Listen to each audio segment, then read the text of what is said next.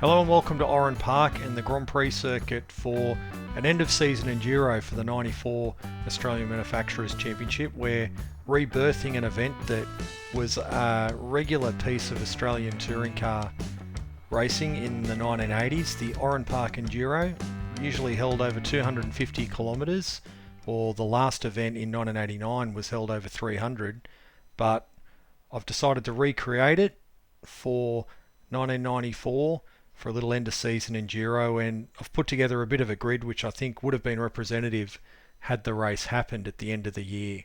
So let's go down now and have a look at the grid.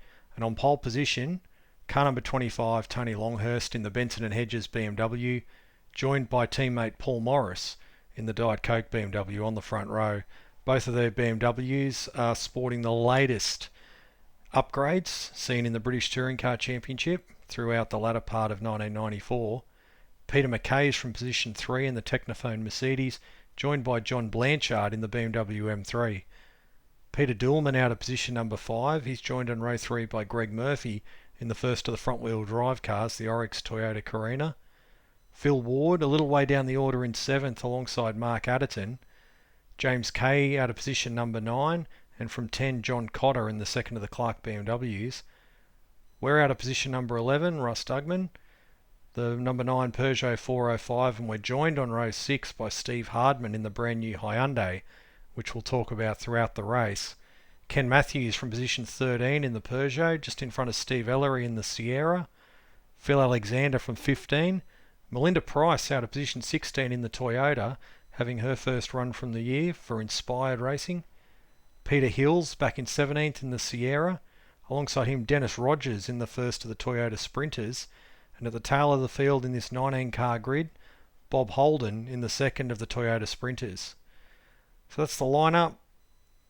100 laps, 250 odd kilometres. Should be an interesting race. The first endurance race we've done with these cars. So let's go down for the green flag now.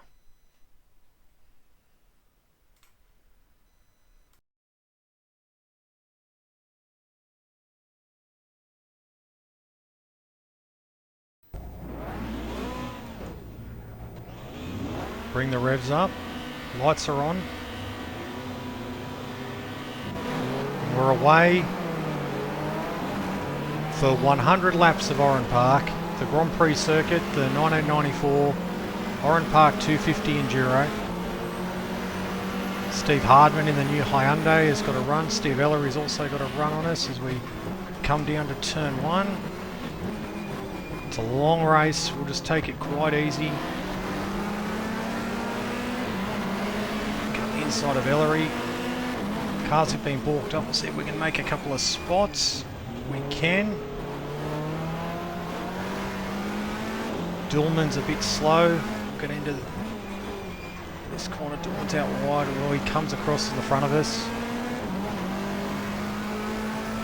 But we're into 9th place. Back onto the South Circuit, which we used for round off the Australian Manufacturers Championship this year. Grand Prix circuit wasn't used in the championship.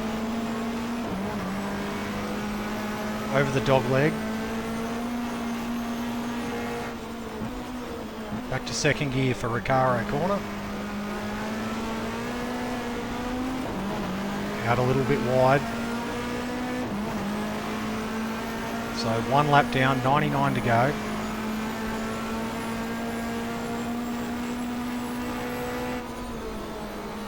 Dab of the brakes for the kink. Oh, tail comes around. The rear tyres are still a little bit cold. One of the Mercedes got a very poor start. Steve Hardman in the new Hyundai right behind us. On the Grand Prix part of the circuit. Up over the bridge. Chasing Peter Dillman, who was the 93 2-litre champion in Australia. And the series was running in conjunction with the Australian Touring Car Championship in the V8s. We nearly got it very wrong at Sutton's Corner. Round now onto the front straight into lap 2. Steve Hardman in the new Hyundai behind us. So a bit of background on this race as we settle into lap number 3. Through the kink. Of course, in 1994 this race didn't happen. The 2-litre cars did participate in an Enduro in Australia at the end of 1994, namely the Bathurst 1000. As the Class B. But this race at Oran Park was a race first run in 1978, the Rothmans 250, around to the Championship of Makes in Australia at the time, basically the Australian Manufacturers Championship, and the Australian Endurance Championship it also doubled as.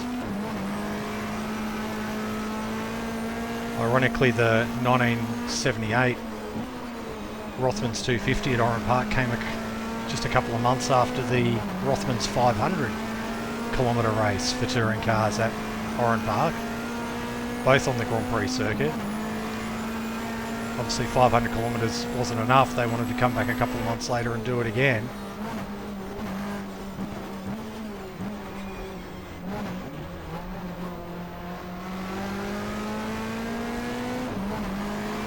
The race became a regular event from 1981 onwards. Had a variety of names: the Valvoline 250, the Perrier Gold Cup, the Pepsi 250. Ran all the way through to 1989. Ironically, that year it became the Pepsi 300. And then it was pretty much shelved after then.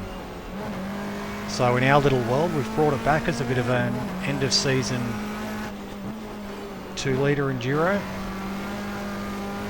for these Australian cars before they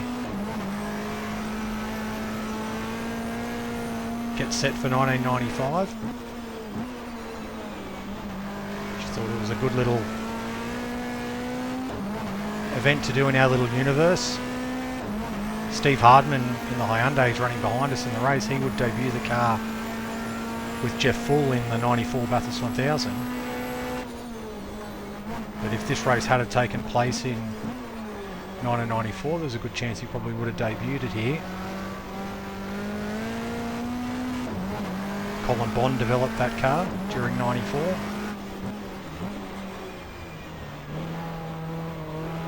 And would also race it at Macau in the Wellington Asia Pacific Touring Car Championship event.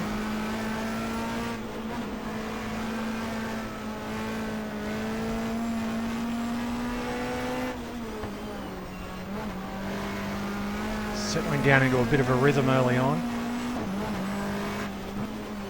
Trying not to let the guys in front get too far away. It looks like Duhlman, Greg Murphy maybe in the Carina. I think Mark Adderton as well in the Momo BMW. Onto the front straight. Into lap number 6. Phil Ward's behind us now in the Technophone Mercedes. Well down the order for him, given where he ran during most of the Australian Manufacturers Championship events.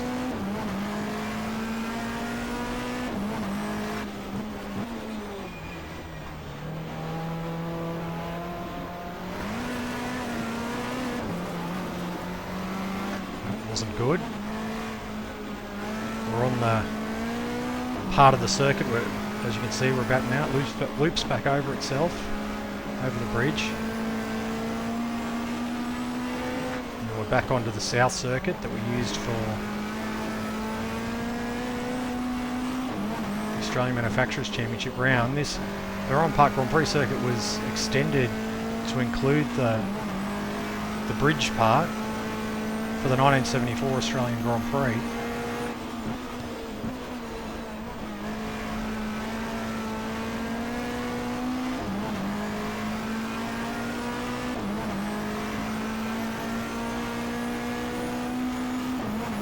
Phil Ward around the back of us.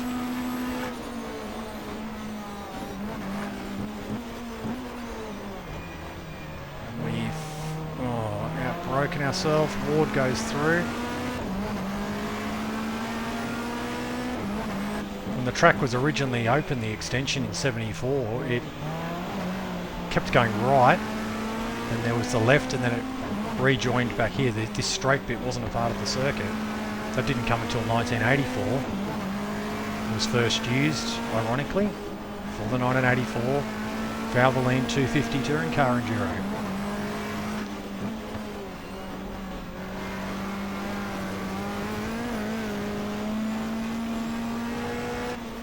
Not our best lap. Ward has gotten around us. Over the dog leg.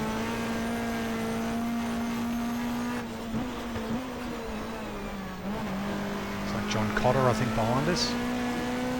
The second of the Clark BMWs. And yellow flags out. BMW stopped. That was Paul Morris. We're on the acceleration quicker than Ward.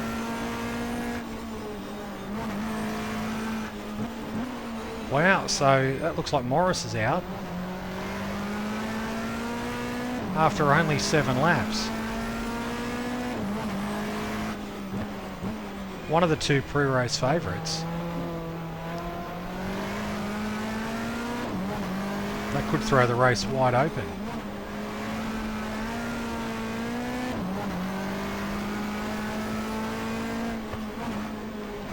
Everyone checked up. I could just see a yellow flag in the distance.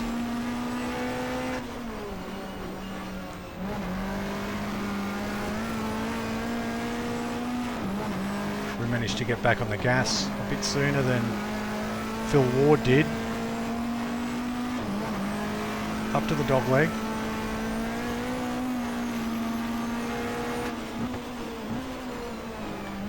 Around Recaro corner onto the front straight.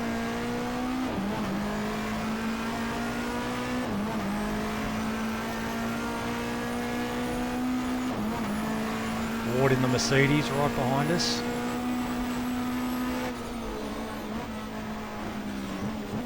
You might notice I'm not getting into 6th gear on the front straight. That's because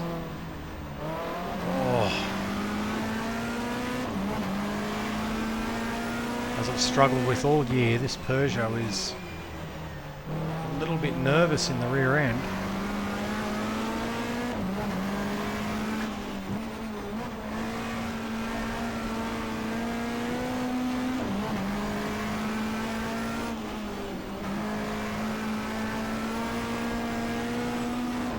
In the Technophone Mercedes.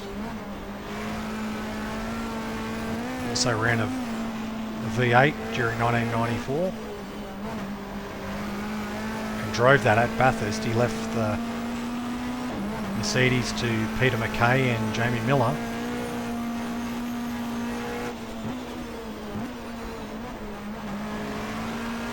Around now onto the front straight again. The race has really settled down. Much earlier than I thought it would.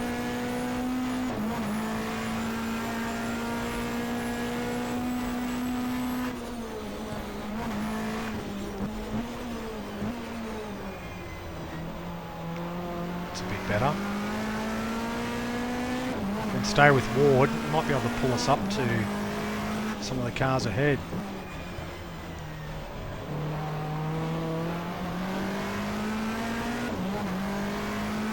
John Cotter behind us, second to the Clark BMWs.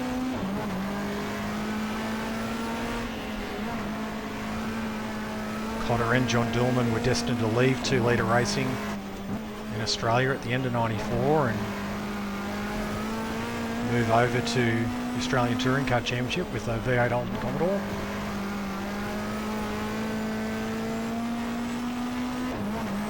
They remained there through to pretty much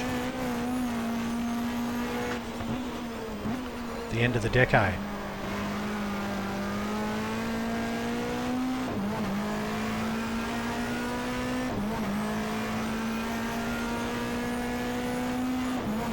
This is a long race. Probably take around 2 hours. Maybe a little bit more.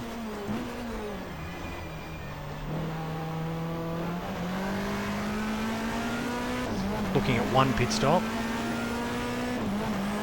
Oh, and Cotter got a run on us and we sort of pulled over on him. Didn't even see him in my mirrors.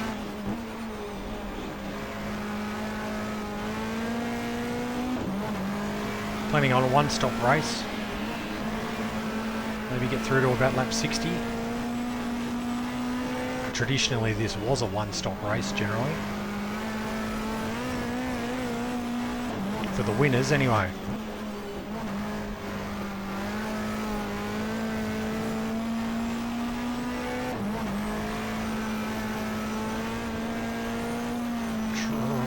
Tail comes round. Very nervous over the dog leg. Back onto the straight.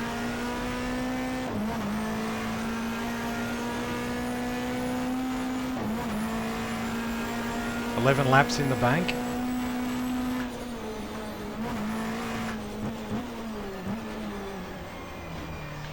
A lot of skid marks on the road that have been there since lap 1, which makes you wonder if something went on.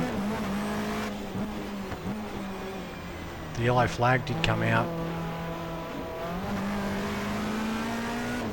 Use the curb.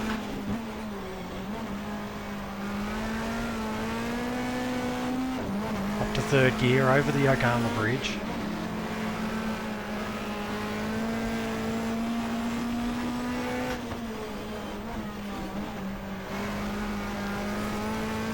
Over the curb. Back to third for Suttons.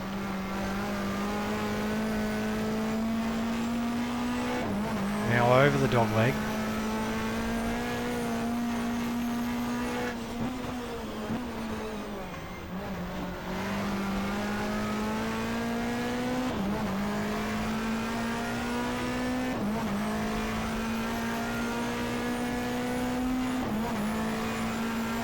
Really fallen off the back of Ward.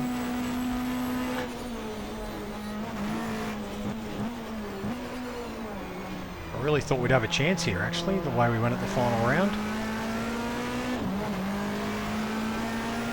I think Cotter's on our left, so we'll protect our line. We've gone in too deep.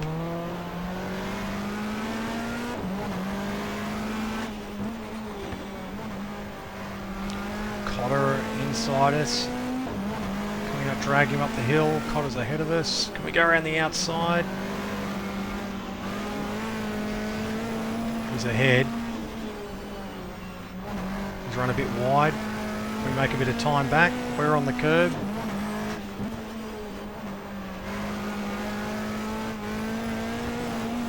Out wide, try and maximise.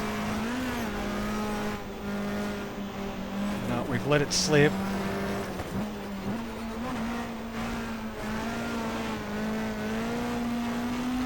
Thought that was our chance to have a go into the final corner, but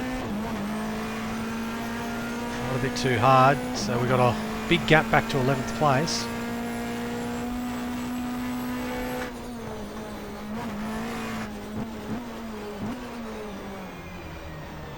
Back to second gear.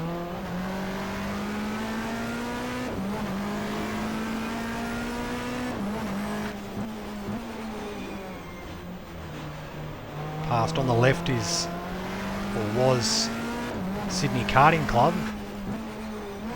Because some of the little bits of tarmac on the inside you can see there was also used for a go-kart track, which also incorporated some of the Grand Prix loop.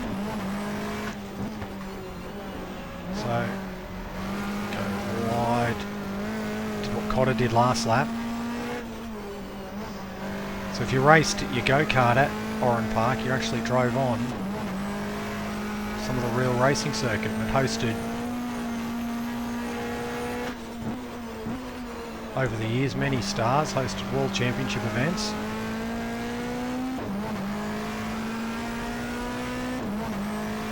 Drivers who'd go on to win the World Championship, Formula One, and win Grand Prix.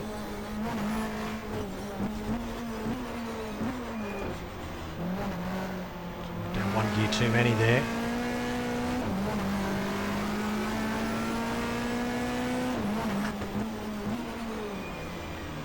Actually, I might fact check that. I'm not sure how many world champions raced at Oran Park in the Formula One sense anyway.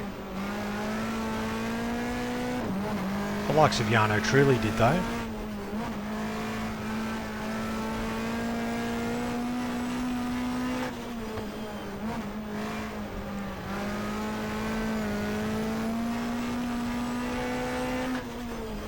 Around Suttons.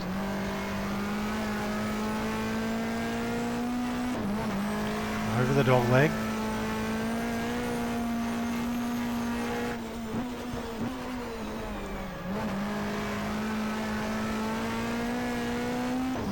The race is spread out a little bit.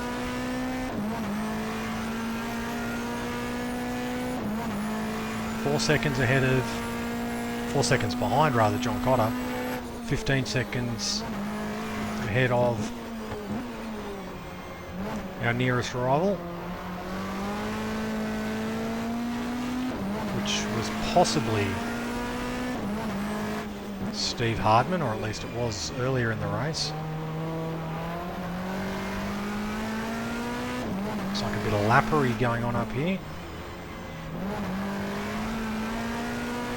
Could be one of the Toyota Corollas.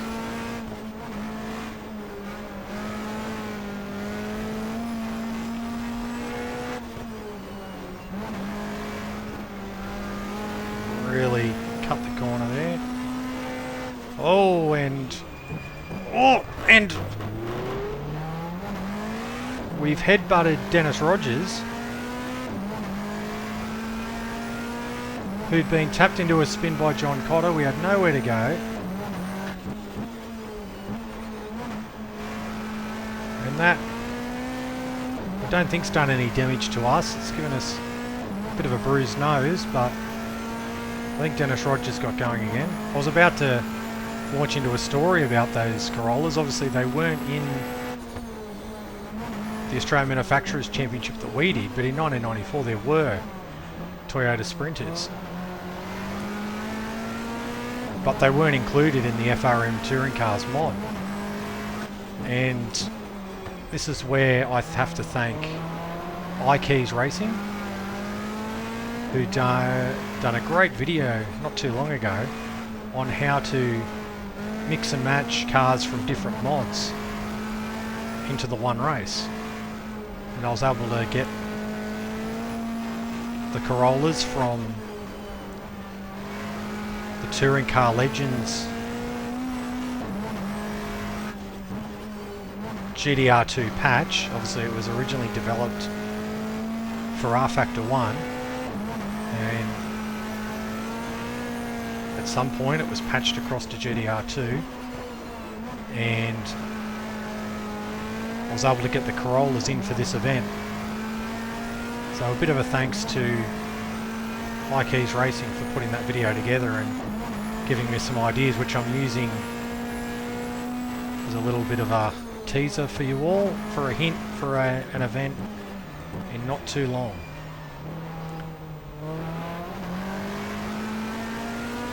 We'll test this a little bit more. But it's good that I'm able to include these cars, at least in this race. So if I knew you could do this earlier, I would have put them in for the full championship we did, because the likes of Bob Holden, Group A stalwart in his Sprinter, did do the 94 Australian Manufacturers Championship in his ex-Group A car.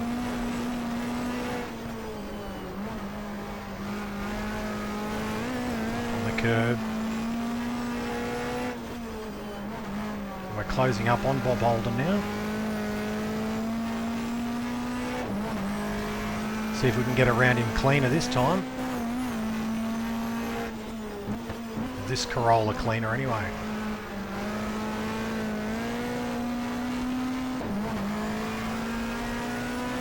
Coming up to 18 laps down. We're pulling away from 11th place.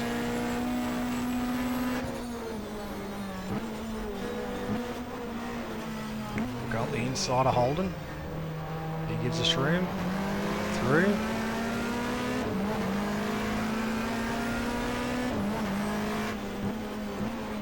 Back to second gear.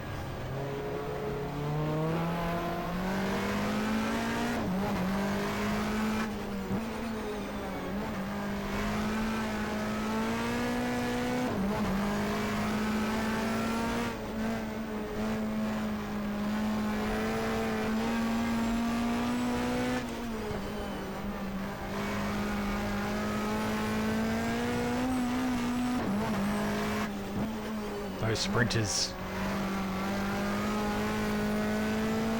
weren't eligible from 95 onwards, at least in the Australian Championship.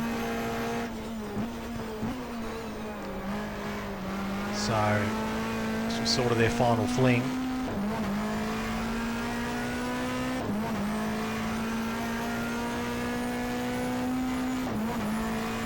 Falling away a little bit here.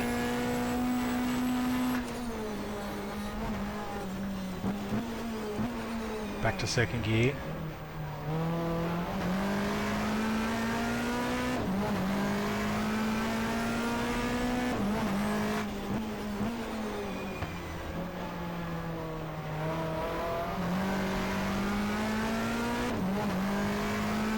Quite a warm afternoon where I'm actually doing this race. Which is only about half an hour from where Oran Park itself once stood.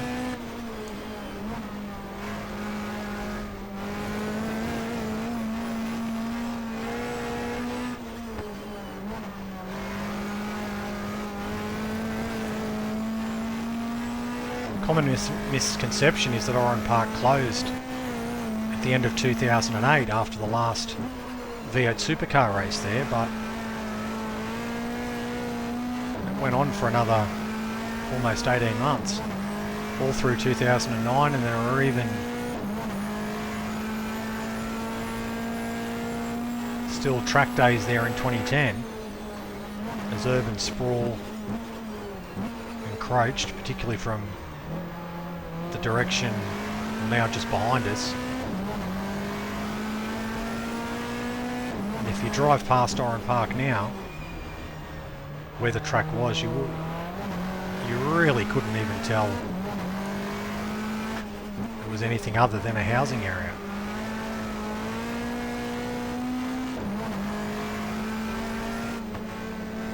You can sort of say the entry was here and things like that, but that's only from experience of those who, like me, spend a lot of our time here.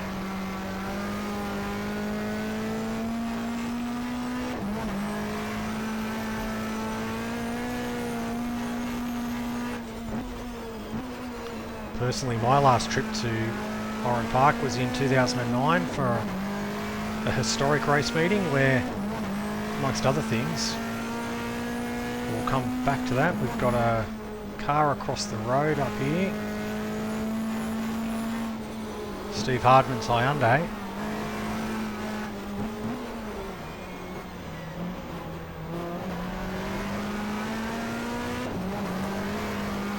Go wide. It's given us a bit of incentive, I think. So Hardman's fallen back. He's now down a lap. We've got John Cotter, I would assume, just 2 seconds ahead of us.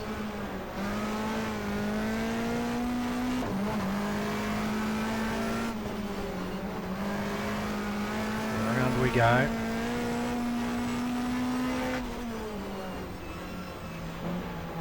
Oof, not good.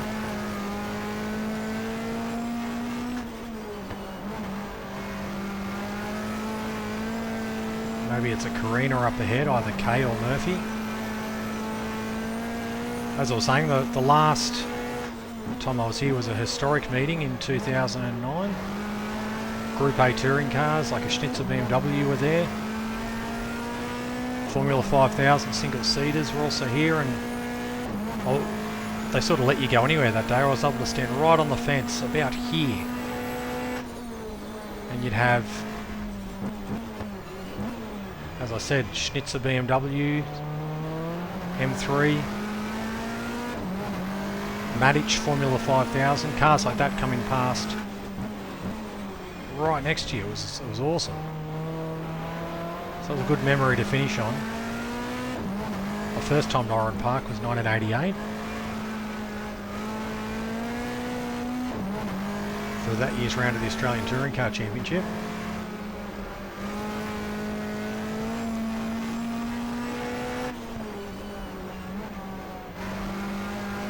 Change for position up ahead. Looked like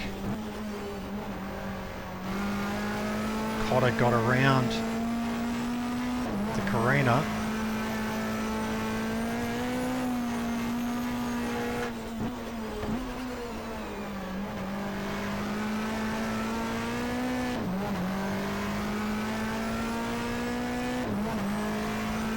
Really run out right as far to the fence as you can.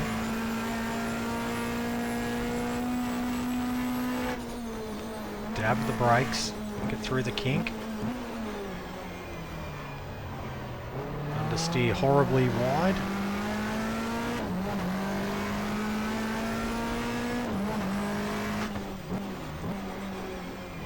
Back to second gear.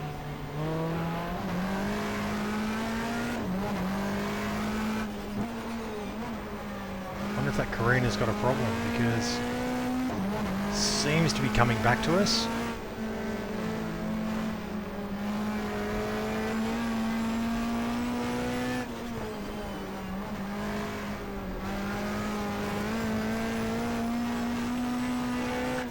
At least we got something to chase.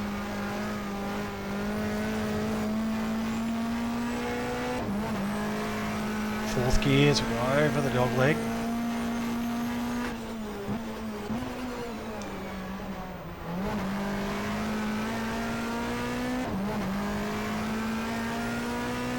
Really got to try to keep the momentum up.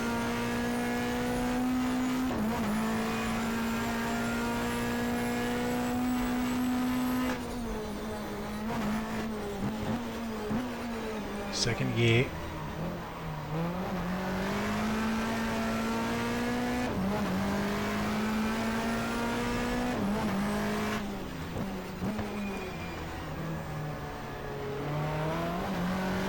Looks like some more lap traffic up ahead.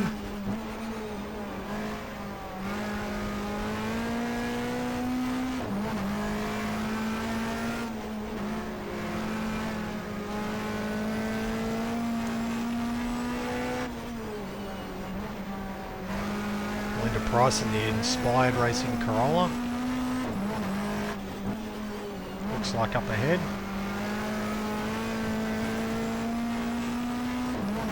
And maybe our teammate,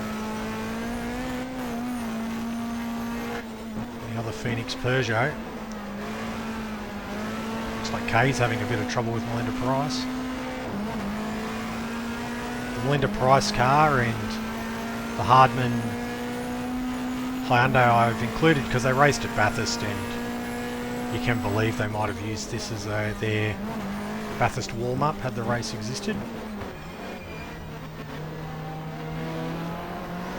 So I tried to make it a bit of a believable grid, but also make the grid a little bit bigger. Really got a chance. Kay is getting right in, and he balks us. Kay misses the apex a bit there. Up over the bridge. So try and follow through on our teammate.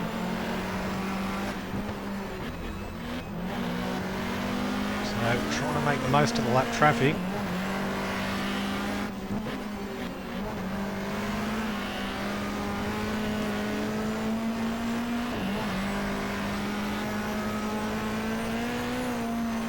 we get James Kay.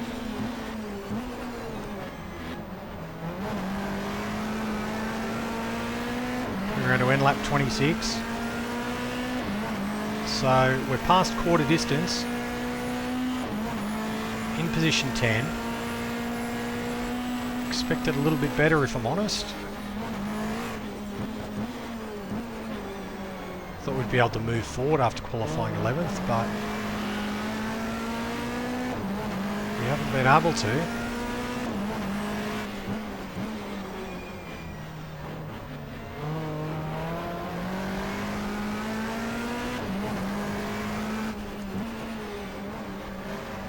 Seems maybe Kay's struggling with his tyres a bit. Our tyres are still quite good.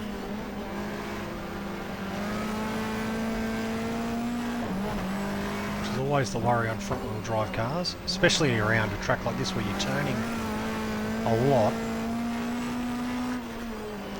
putting a lot of load on the front tyres. At the moment ours seem okay. Back to second gear, around onto the front straight, chasing down the Privateers champion of the British Touring Car Championship in 1993.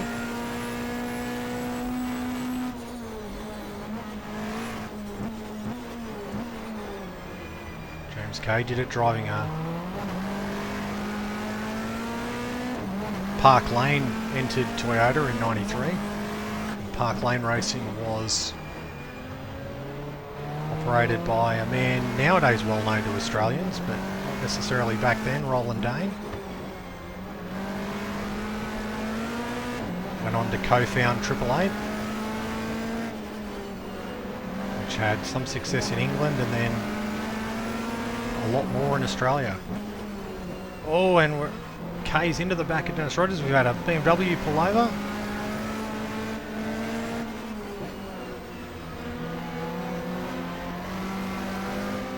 Can we...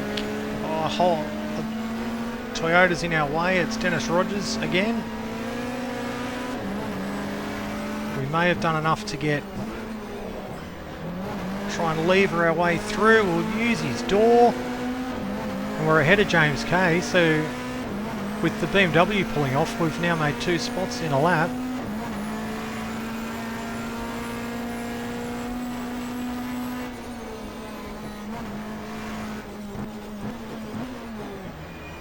And we've nearly outbraked ourselves and possibly undone all our good work.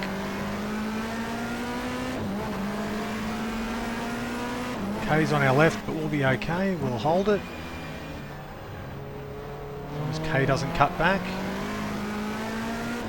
I think we'll stay ahead. Cover our line. Up over the Okama Bridge.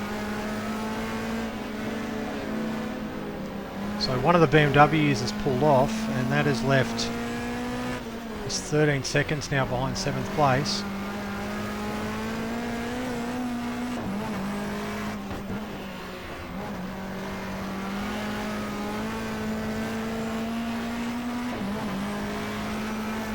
Over the dog leg. Coming up to Phil Alexander in the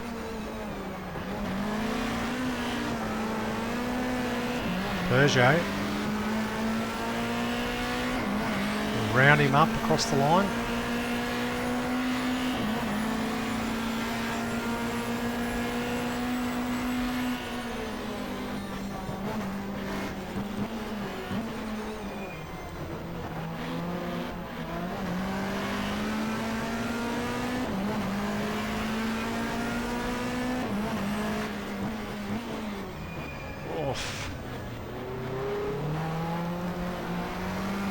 It's not good.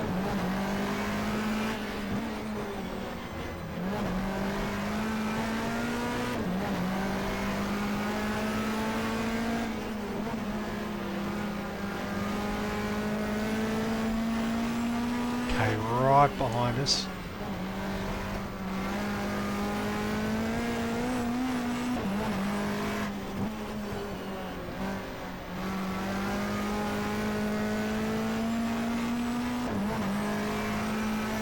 Off the dog leg.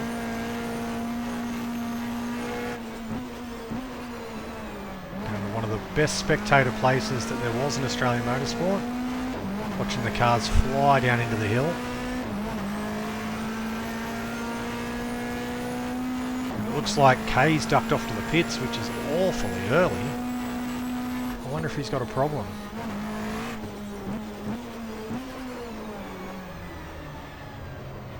We almost had a problem there.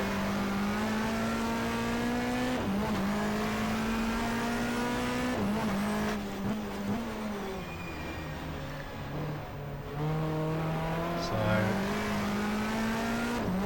17 seconds now behind 6th place, so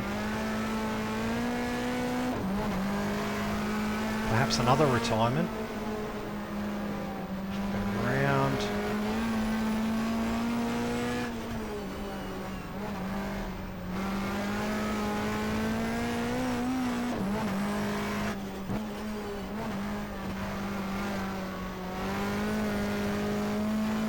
Out of the dog leg.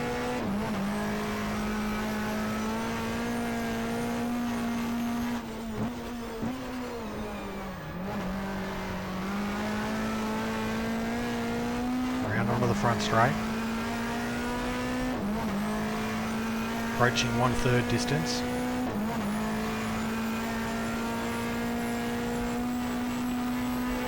Linda Price coming out of the pits. Inspired Racing Toyota Corolla.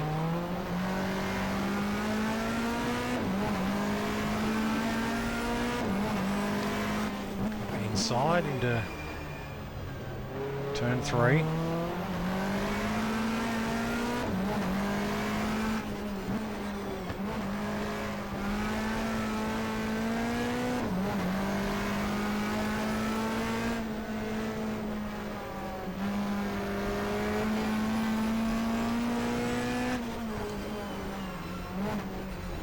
Oh, the back come around on us there.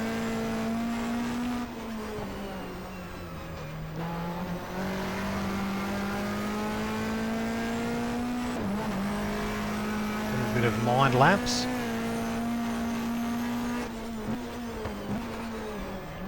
Around on. Oh. It's funny, I said the tyres were in good nick a couple of laps ago, and now it feels like they're dropping away. Either that or I'm just trying too hard.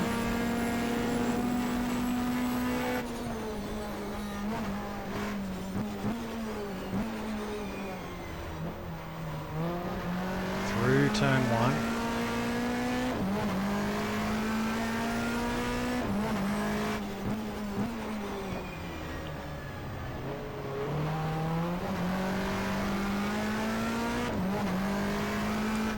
This is probably the longest individual Enduro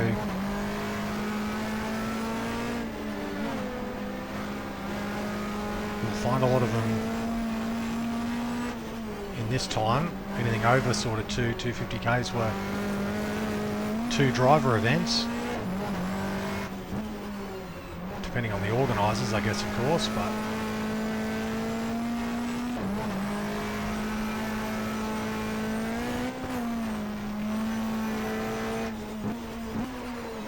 although I'm telling a lie there, because we had things in Australia like the Castrol 400 at Sandown, which a lot of drivers did singularly.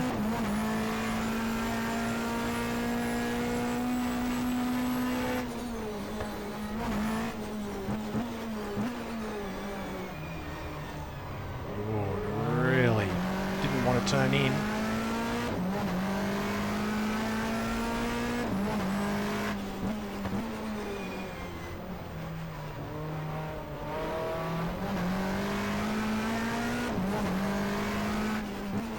Second gear.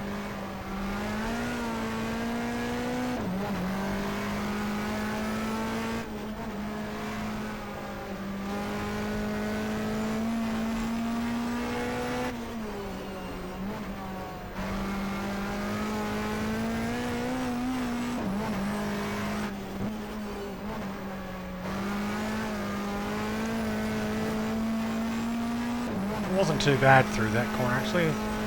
Maybe it was overdriving it. The tyres...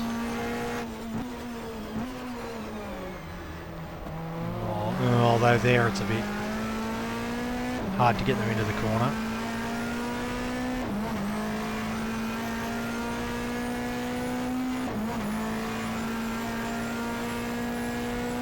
Although we're continuously losing time to be sort of half a minute behind the car in front, at the same time we're gaining time on the closest car behind us, so we're getting towards half a minute in front of them.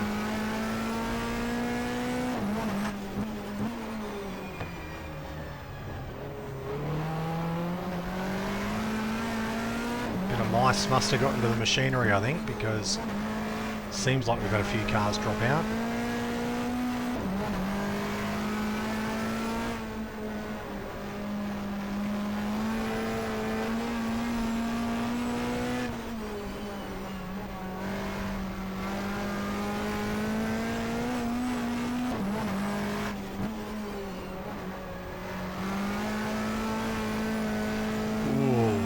A lot of understeer there.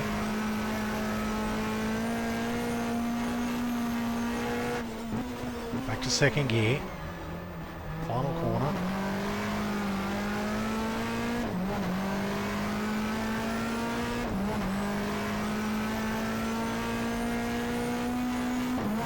.29 seconds ahead, 29 seconds behind.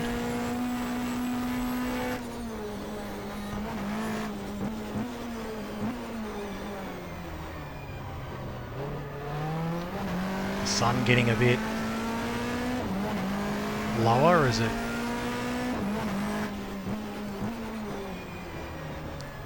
As we head towards, the race started at 2 o'clock. Heading towards 3 o'clock. Linda Price after a pit stop is keeping up with us.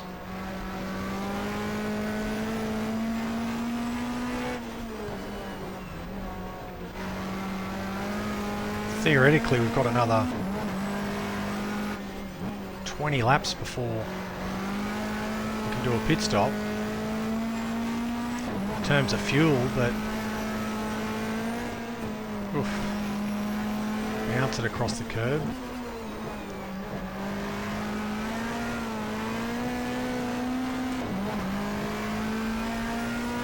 Getting a lot of understeer.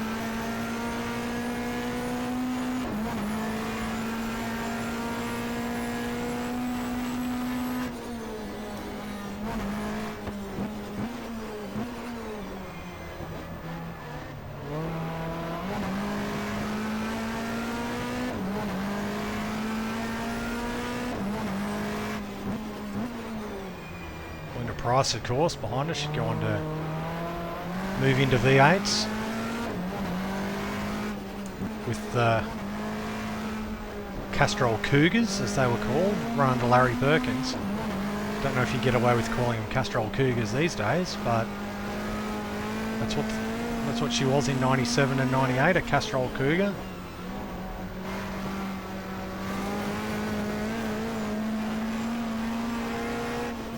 With Karen Brewer. I believe it was a pair of 12th place finishes in the 97 and 98.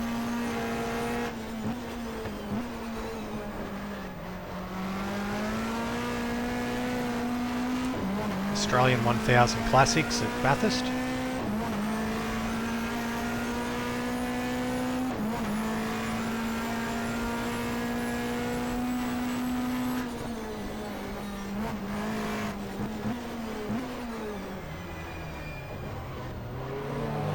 Understeer.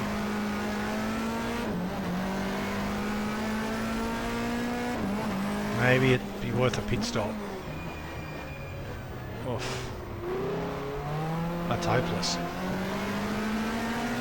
Linda Price is alongside us.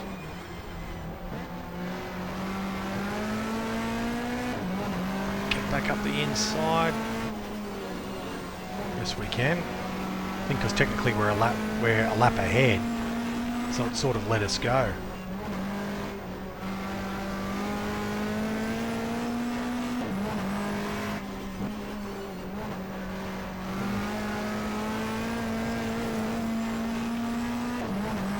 Maybe it'd be better to stop early and maybe just have to do 2 stops.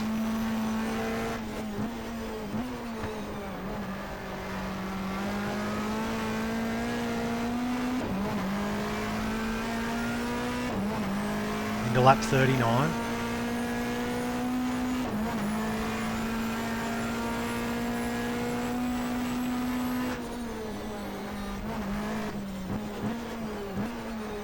Back to second gear.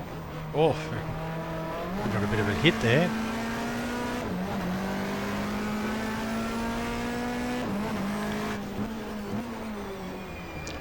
Oh, and now we've gone.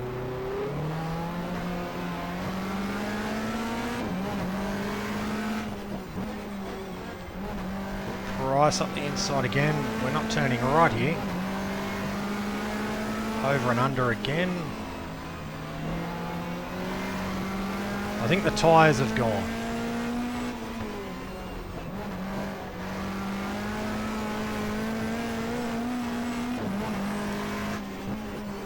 I don't want to drive around like this for another 20 odd laps. Even 10 laps, because then that'd make the last, that'd get us to halfway, but then the end of the race would be like this.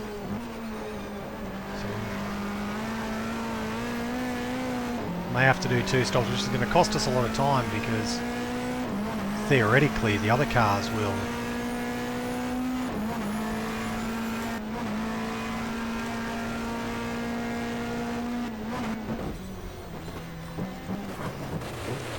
And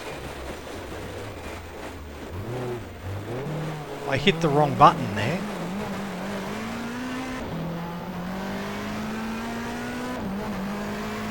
And it put the car into AI mode and has fired us off at the end of the straight. So it's probably cost us between 5 and 10 seconds, which isn't good. So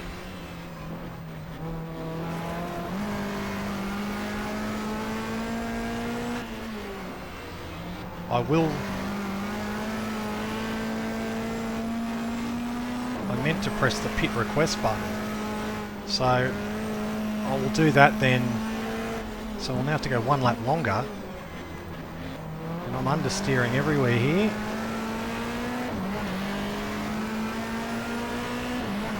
That's what you get for pressing the wrong button, I guess, isn't it?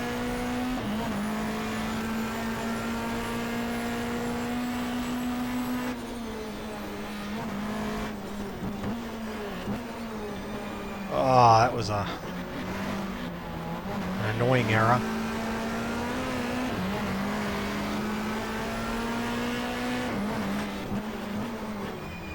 It's the button that you press for the AI to take over.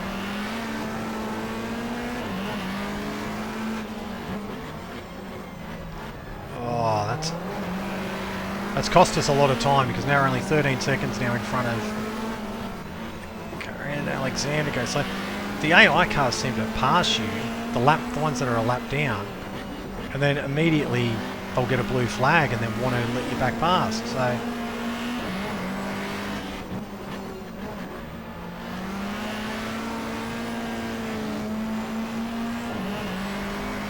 well, here we come over the dog leg. We're going to hit the pits.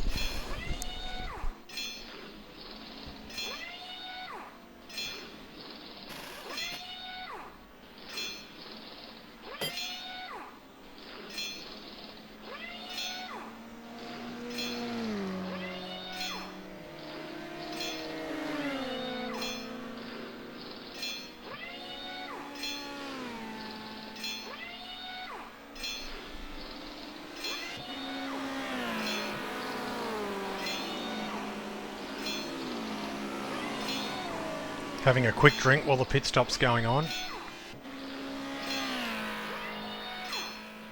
Getting some damage sorted out. We had some suspension damage, so hopefully it won't take too long.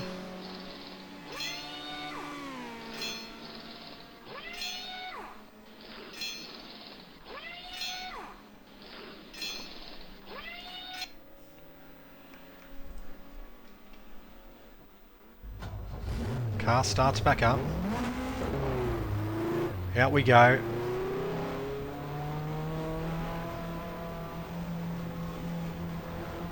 Longer pit stop than we wanted, but we've only dropped to 11th. Back out we go. No one around us.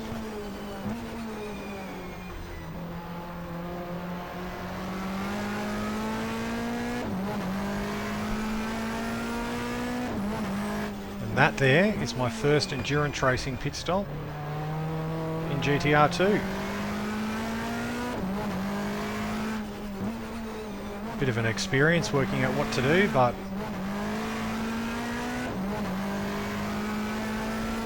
now got a full tank of fuel, car's fixed.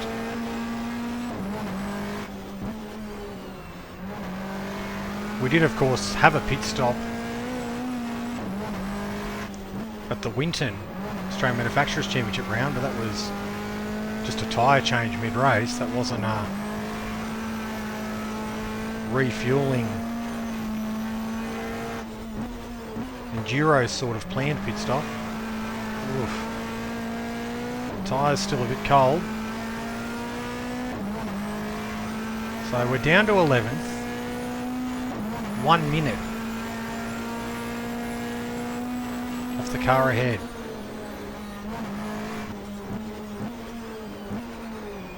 So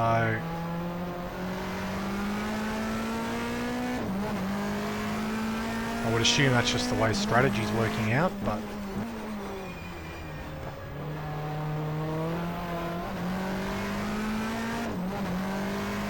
hopefully can make a bit of time.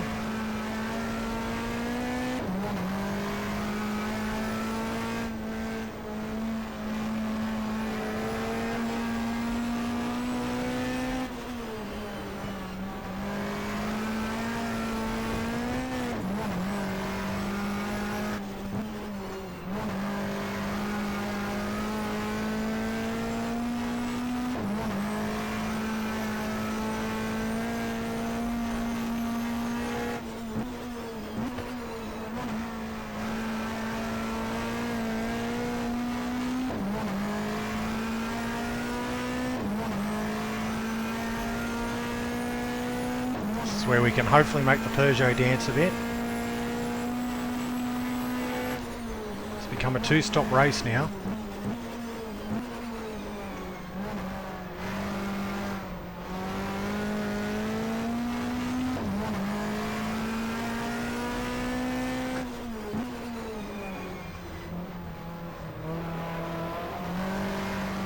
Whether we plug all the way through to lap 80 or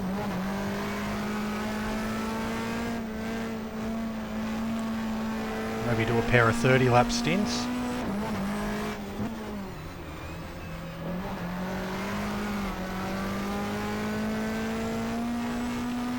We'll have a think on the curb.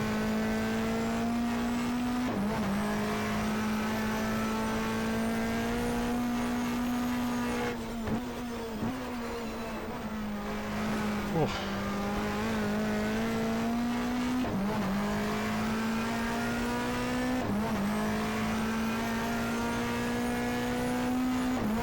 Whoever's ahead of us, we're making a little bit of time on them each lap.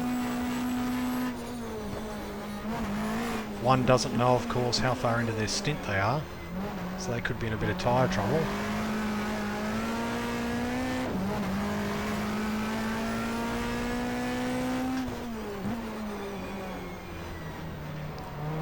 Second gear. Still kicking myself about that. Pressing the wrong switch.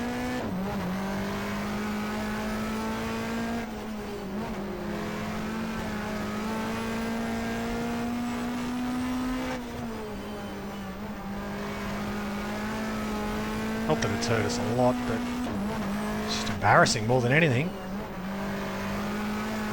But you can tell the difference between the tyres at the moment. This thing's handling like a go-kart.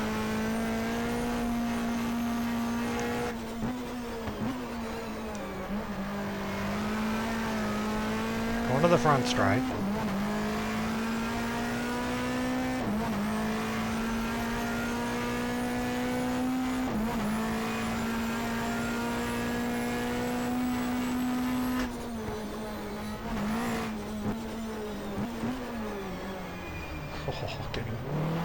Too carried away there.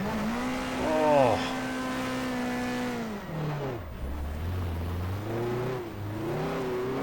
Far too carried away.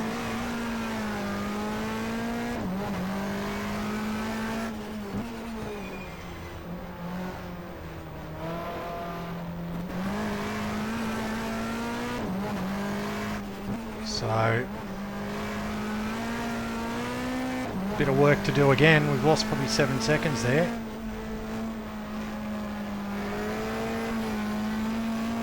After 45 laps.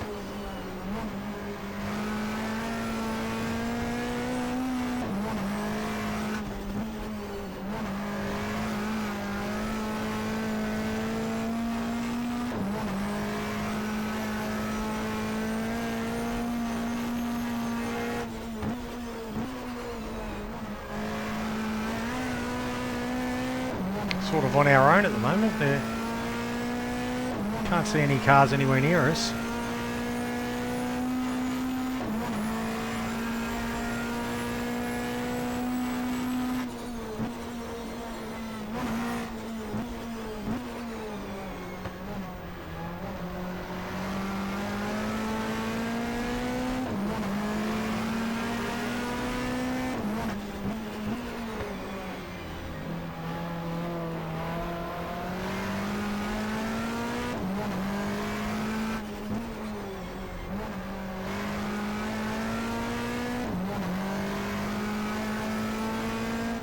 Tony Longhurst had pole for this race in his BMW, and I gave him and Paul Morris the upgraded 94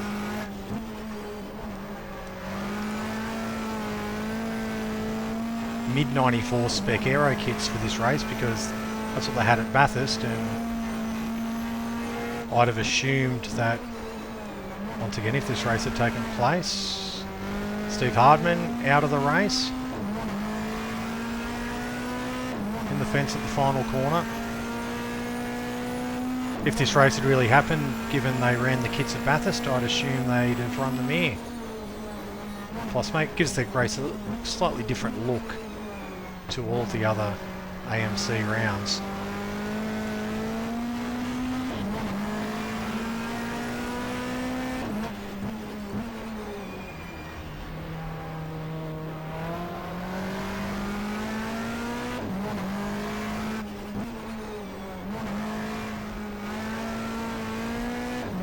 Long gap over the 12th place car.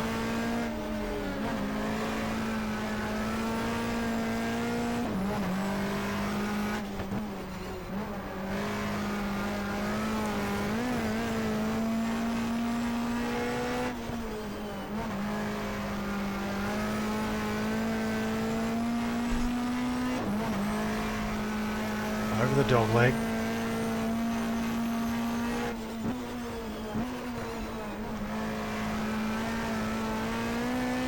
Given the field's so spaced out, it's hard to really know what strategy the other cars are doing because obviously James Kay came in early.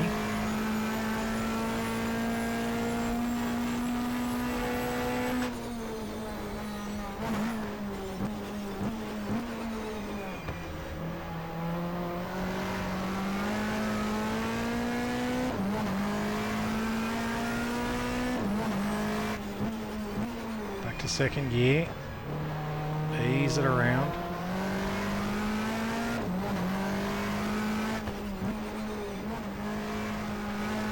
Sort of slow in, fast out is the best way to attack those corners around this part of the track, particularly up over the bridge because the rear gets light. You get very sideways very easily. And here too, because if you miss the apex, you're all the way outside, and that's a very bumpy curb. It's hard. Once you get offline around Oran Park, it's hard to get back online.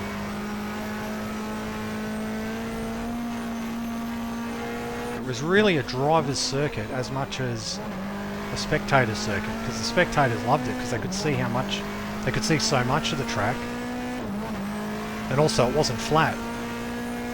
Had a lot of elevation.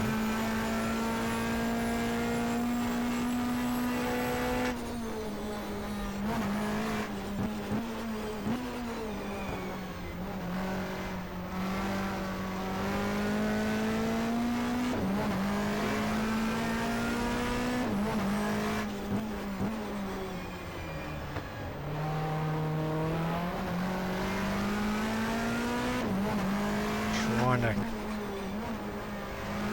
cut into the lead that the car has ahead of us. We got it down to 43 seconds.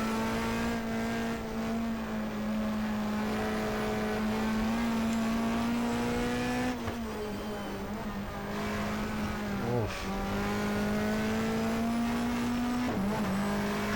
Bits of sun showing through to the dog leg.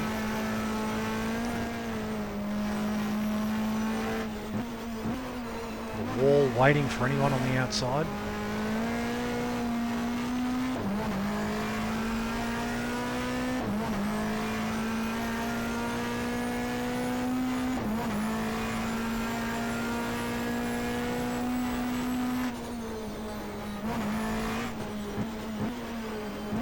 Second gear. What was once Pepsi corner.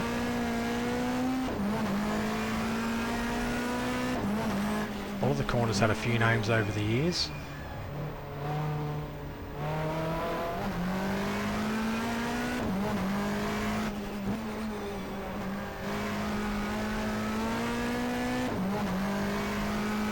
One of the most famous Oran Park races happened on two wheels. The 1985 Swan Insurance Series had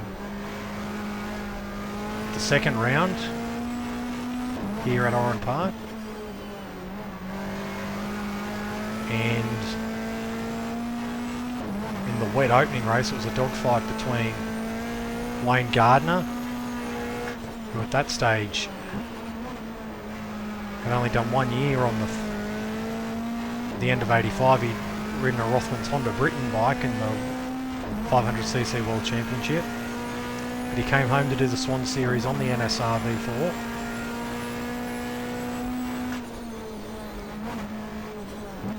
Because it was wet, there was the Honda Australia V3 Honda being ridden by Mal Campbell, a very good Australian rider. I'll take that back, it was definitely a V4 that Gardner was riding, but I can't remember if it was officially dubbed an NSR, but it was a V4 against a V3 anyway. And Mal Campbell, after a lot race on Jill, Mal Campbell came out on top after getting the lead for the final time at the last corner. What are we doing? One thing we are doing is, despite that, we're slicing into the lead of 10th place. Down to just 24 seconds.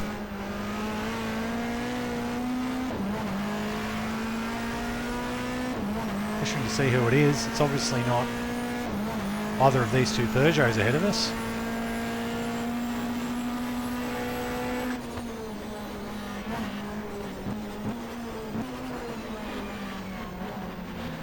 Phil Alexander. We'll round up the all-trans Peugeot. Now we've got our teammate, Ken Matthews.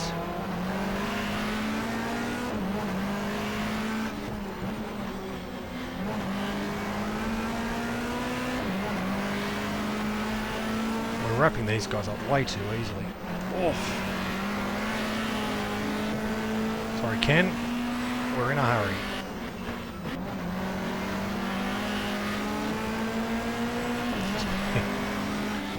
An unneeded dive there, but still did it.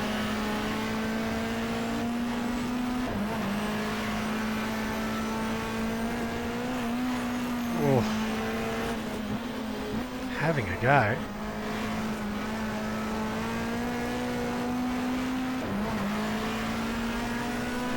So we're only 17 seconds now off 10th place, unless they've made a pit stop.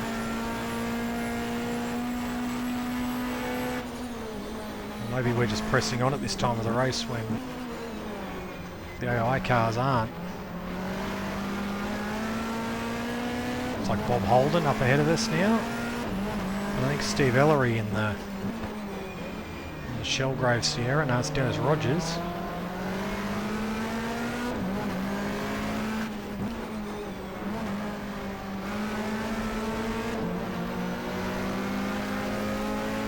Cruise up the inside of Dennis Rogers.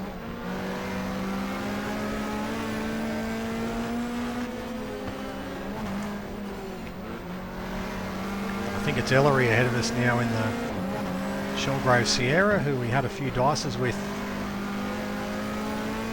throughout the Australian Manufacturers Championship in '94.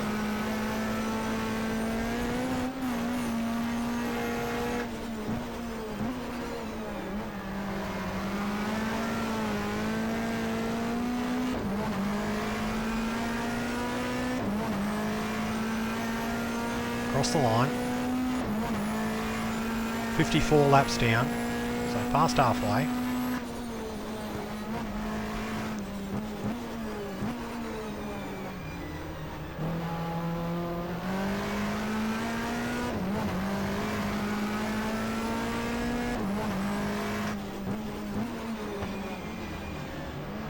Down to just 11 seconds out off the top 10.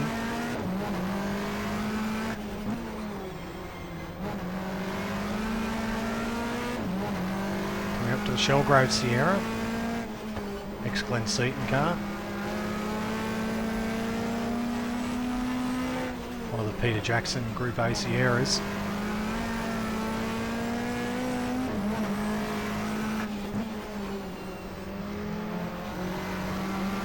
Ellery going to go to a BMW for 1995.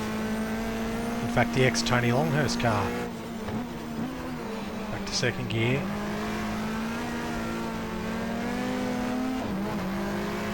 The slipstream of the Sierra. But in fact, I'm glad we pulled out of the slipstream. We were going to follow the 88 Sierra into the pits. We're into the top 10 though, so someone's made a pit stop.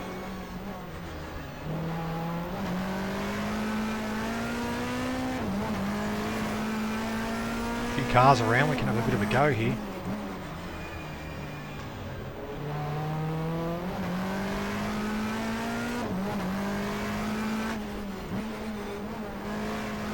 Back to second gear.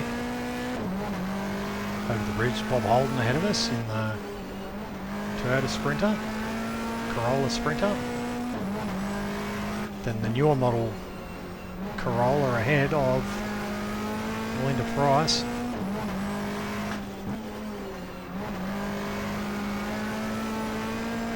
I think it's Peter Hills who's maybe our target.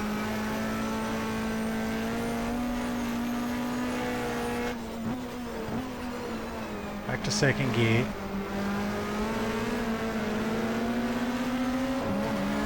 Into the tail of him. In fact, Hills has come into the pit, so it's an easy spot there made for us.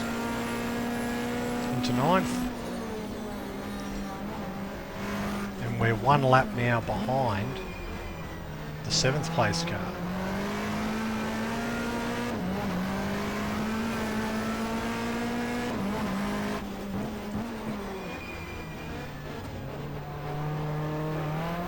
Which is a little bit demoralising.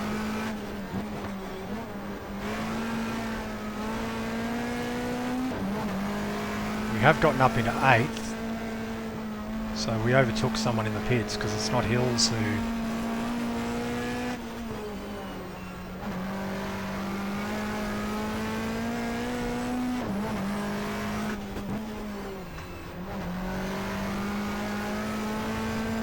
This is what endurance racing is all about, though. You never know what might happen, whether there's a... could be a retirement just around the corner for all we know. Fourth gear, third gear rather. Oh, he just nudged the fence.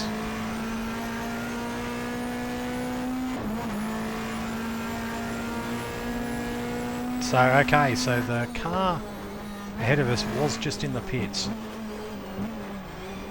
So...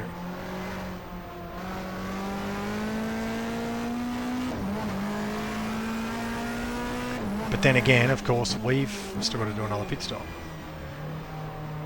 Unless I somehow can make this set of tyres do 60 laps. Which I couldn't in the first stint.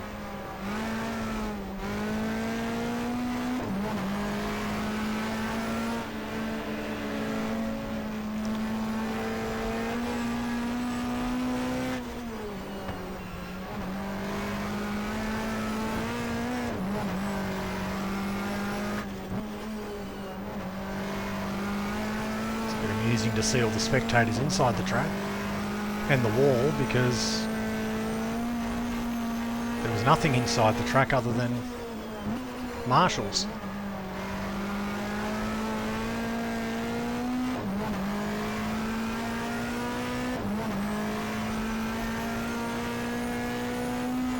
So only 23 seconds now behind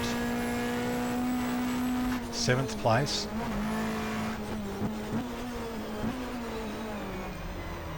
They'll be on fresher tyres though.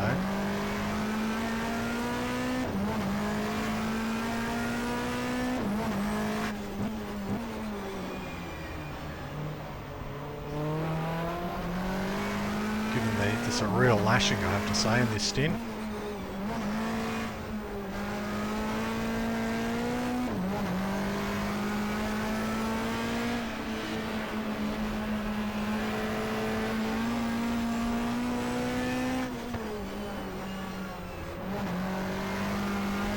Towards 2/3 distance.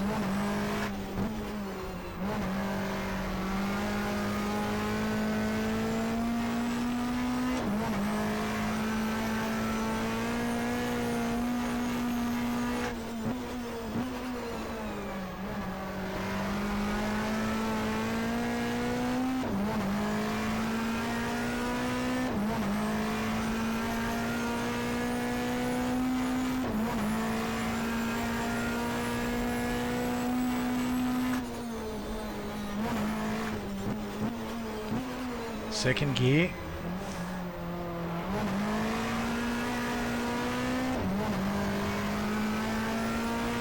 This is where the go-kart track on the left, it just rejoins here, and they'd go through turn 1 here, and they'd go up into the inside of the track there and come back out somewhere around here. Then you'll see on the bridge, as we turn right, the road, there is a road to the left. That's where the track went.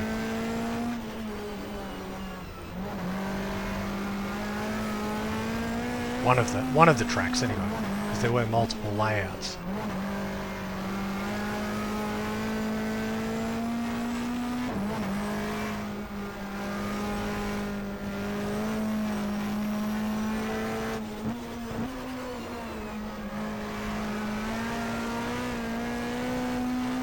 We're going to end the 60th lap.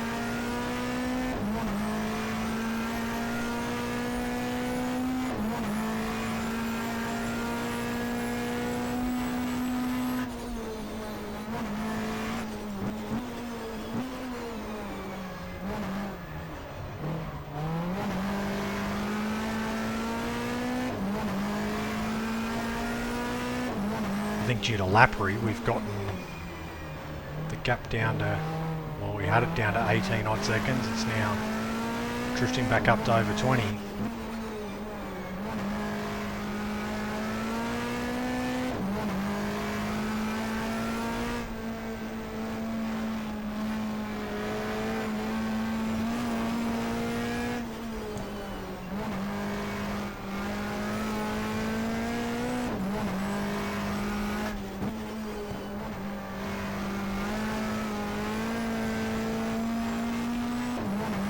Across the dog leg.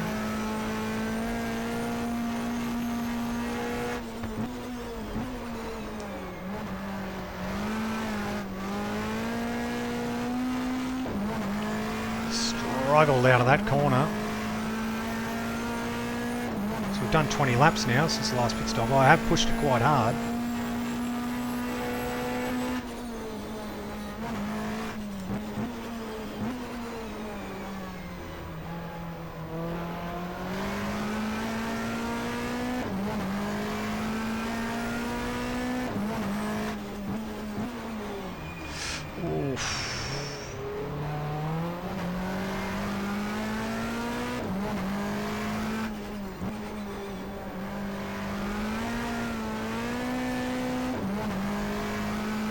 Over the bridge.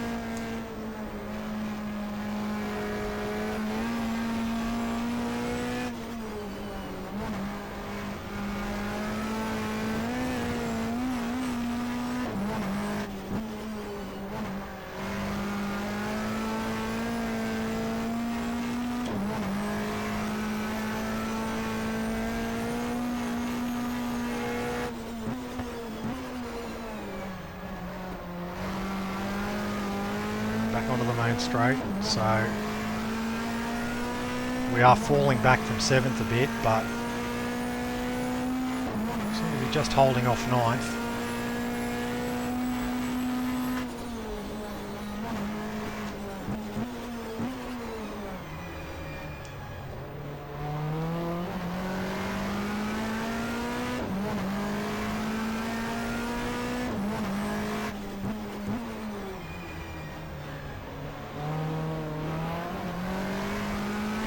To probably the furthest part around the extension you could get to, about here. Watch the cars go up over the bridge. You couldn't get to the left here.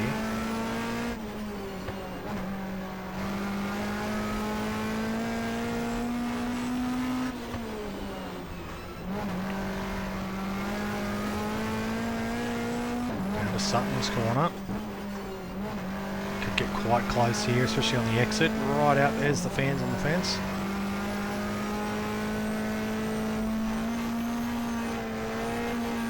Dog leg.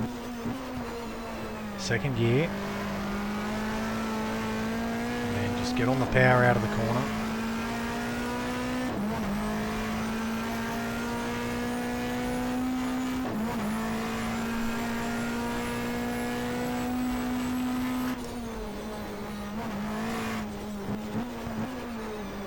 Haven't seen a car really for a while. You can see some going over the bridge, but some off in the distance, but don't seem to be any in our vicinity.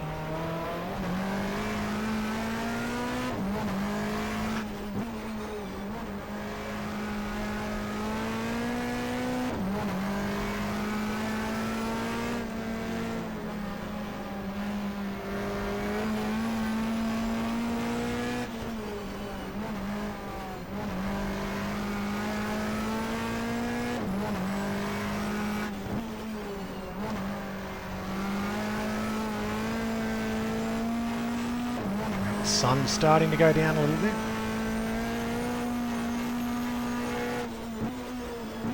Definitely looks like the afternoon.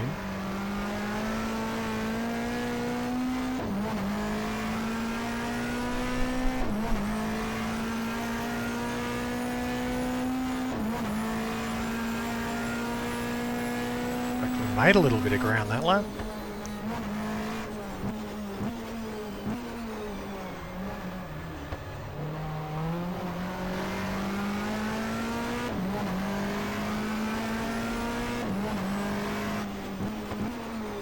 Second gear.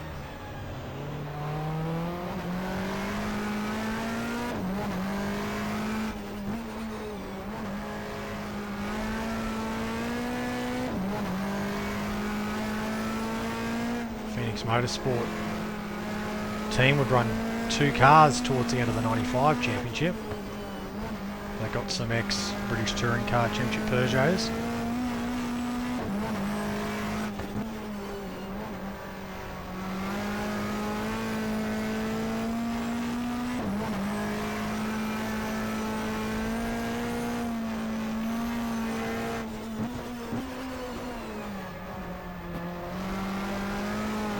onto the main straight. 65 laps down.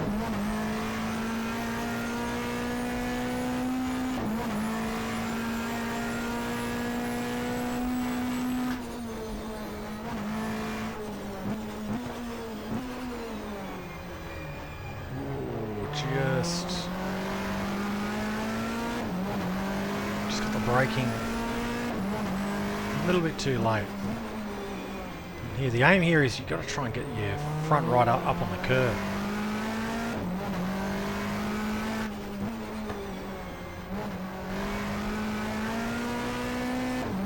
Up to third.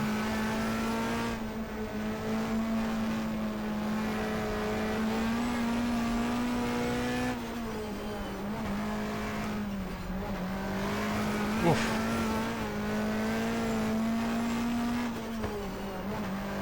Trying quite hard here.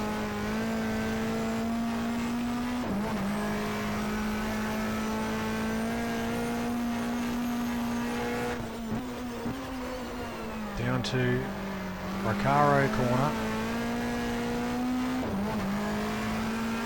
Past the pavilion on the right. The Oran Park pavilion. So we're officially at 2/3 distance.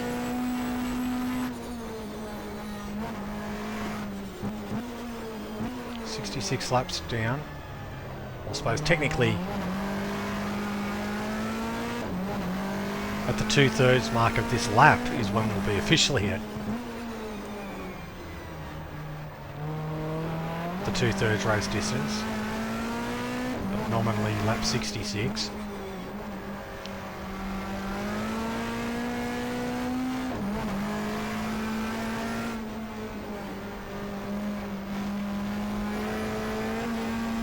I'd say what, probably somewhere about here in the lap. We're 2/3 around the lap, so we'll call that officially 2/3 race distance. We really are yo-yoing with 7th place. It's now back out to 22 seconds. Oof, as we bounce it over the dog leg. We have managed to stretch it to 14 seconds though over 9th place, so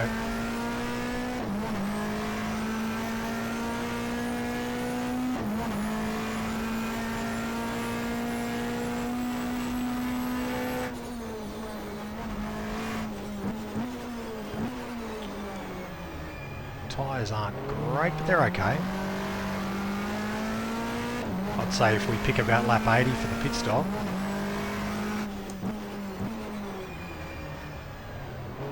And not do what we did last time. Means we'd end up with 41, 39 and 20 lap stints. Love to know what happened to the Oran Park Bridge. I don't think it's ever been said what happened to it.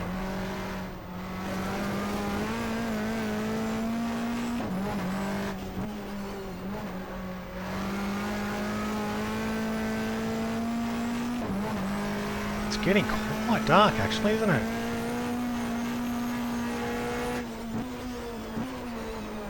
Back to second gear.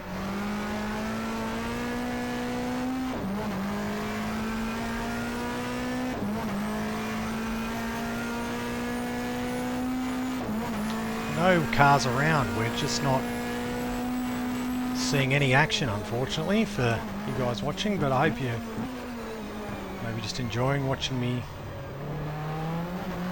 lap and chat away.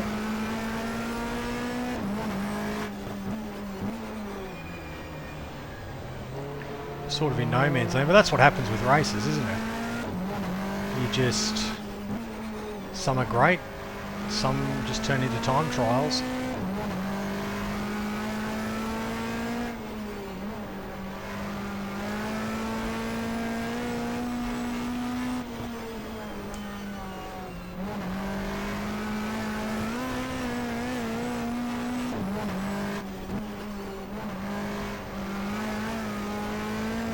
Something's caught in the dirt.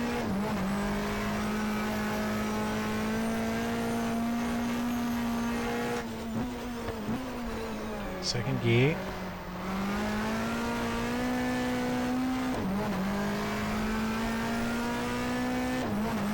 Into lap 70 we go. 31 to go.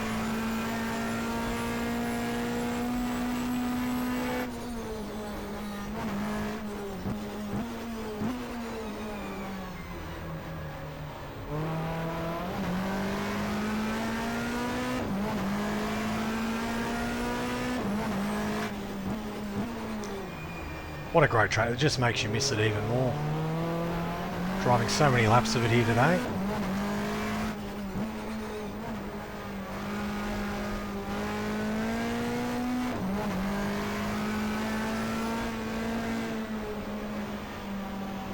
Oh, what a understeer.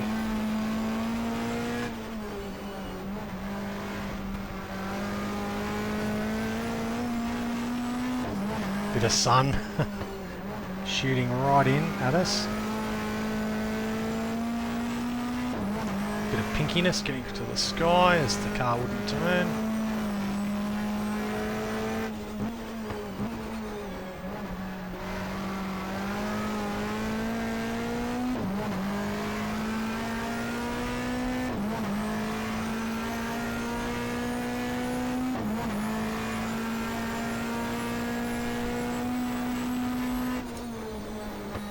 It's a shame Paul Morris dropped out of the race early because he would go on to race in the Bathurst 1000 in the BMW, because although he'd been, along with Tony Longhurst, racing the V8 Commodore in the Australian Touring Car Championship in '94 alongside the 2-litre commitments, for Bathurst he was supposed to drive his Diet Coke Commodore with Jeff Brabham, but a crash during testing wrote it off, or at the very least, I mean, damaged it beyond being able to get it fixed for the 94 Tooheys 1000, so he instead flew out Alfred Hager to share a new BMW alongside for the race.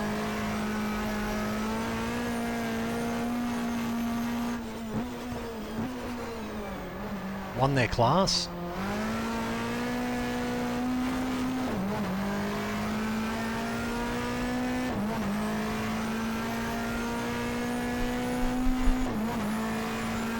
Then went off to New Zealand for the final round of the Asia Pacific Series with his new teammate Jeff Brabham, who drove the other Diet Coke BMW at Wellington and then again at Pukekohe. Oof, I think maybe I'm just trying too hard again, but it seemed like that front right might have been crying enough.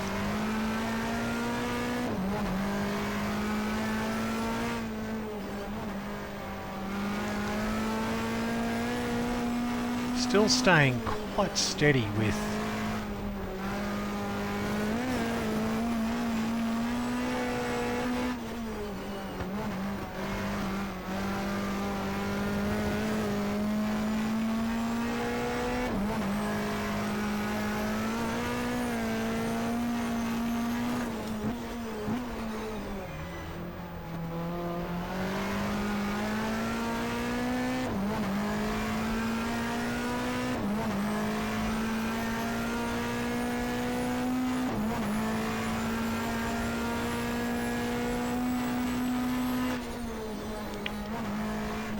those permanent garages were only put in at Oran Park in 2001.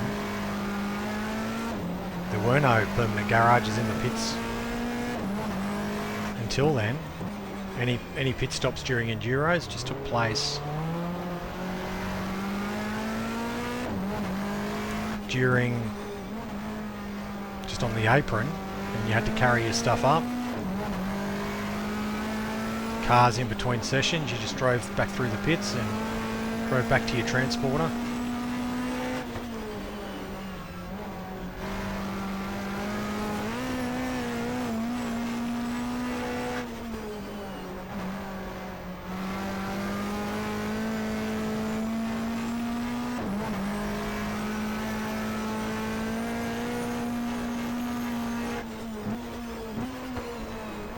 Back to second gear. Around. Complete lap 73.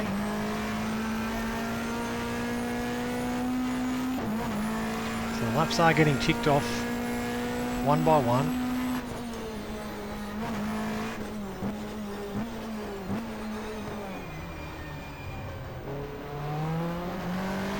Still hovering around 20 seconds behind 7th place.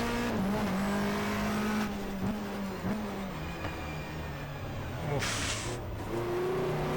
Now it's more. The car just wouldn't turn.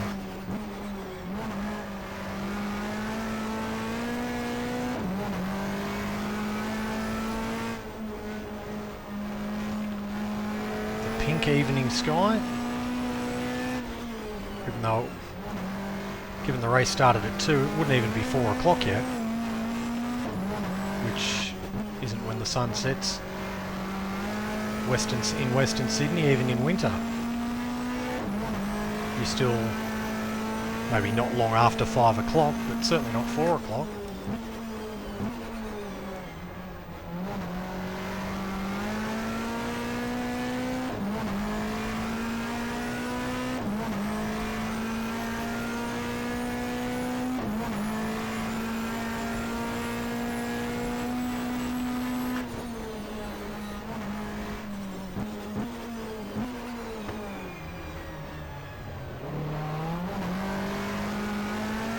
Interesting car, this Peugeot.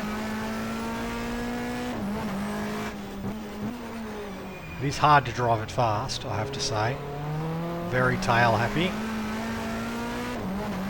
Very loose when cornering. That keeps just wanting to come around.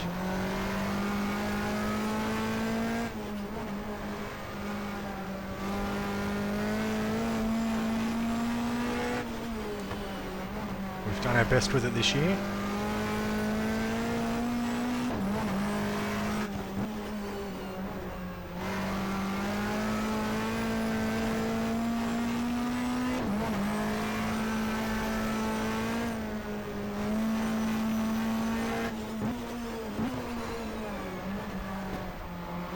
Around we go.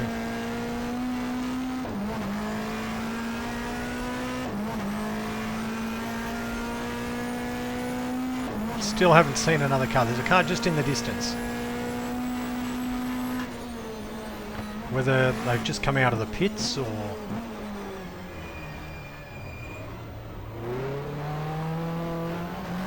Might be the Corolla actually. Corolla Sprinter.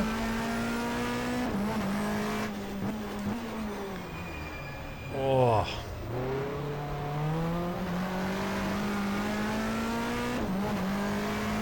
Maybe getting near pit stop time, I think.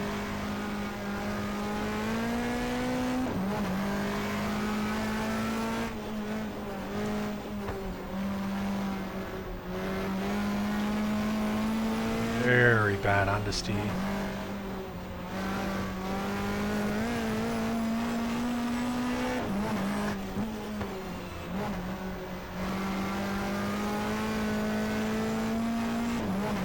BMW coming up to us, looks like one of the Clark BMWs, one of them's retired, so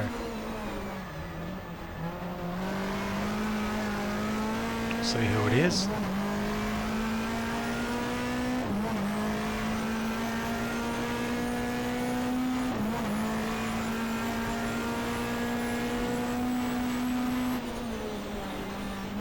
John Blanchard.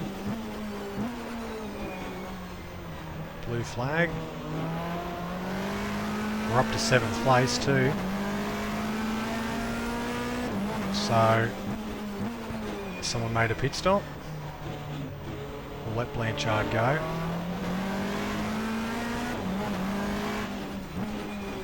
Could Blanchard be leading, which would be interesting. Where's Tony Longhurst? Or unless Longhurst is already a long way ahead of us.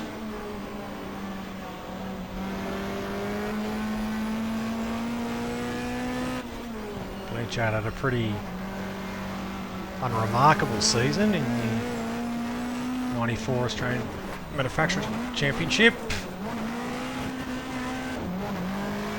As we go very sideways.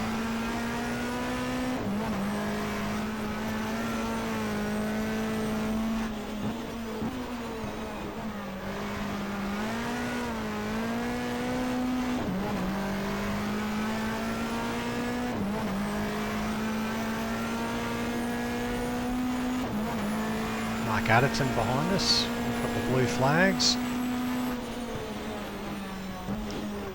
Let him go. So there's a battle here. What position it's for? Who knows, but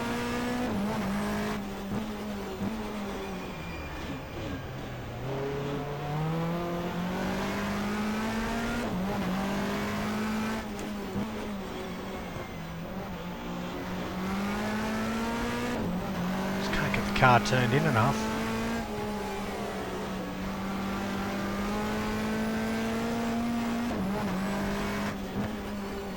Back to third gear.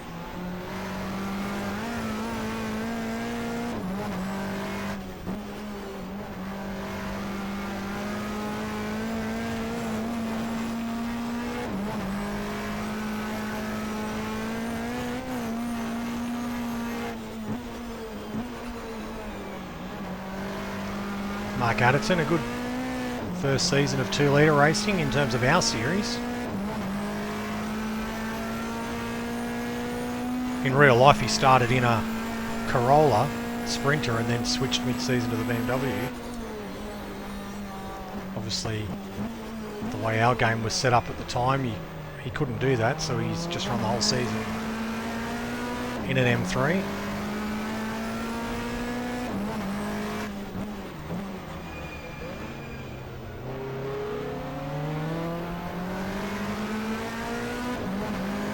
Now to Dennis Rogers.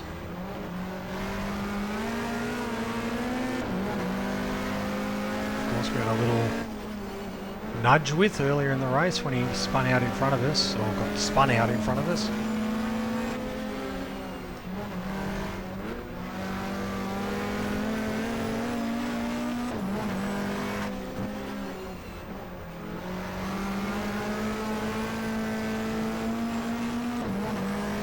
Sky continues to darken more as we get later in the day.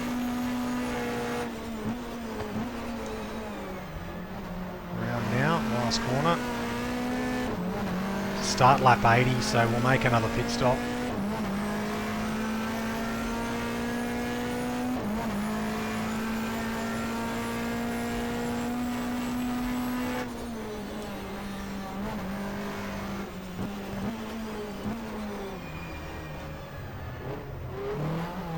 I didn't hit the wrong button this time when I hit the pit request.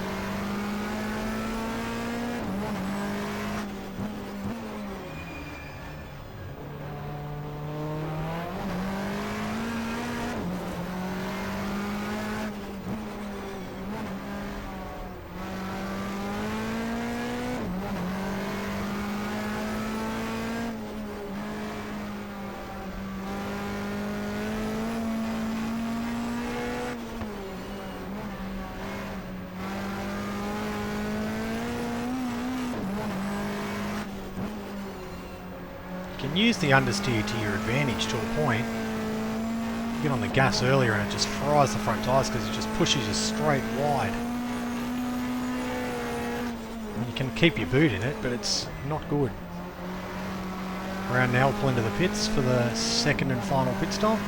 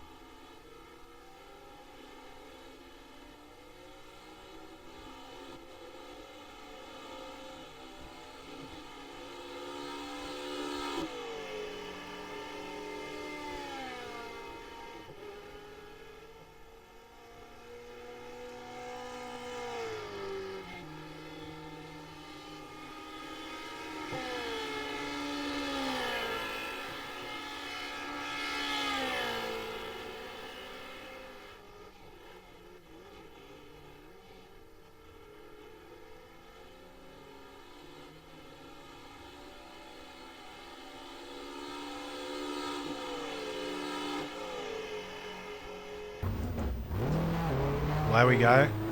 past the lineup of stricken cars. Looks like Phil Ward, he's one of the retirements.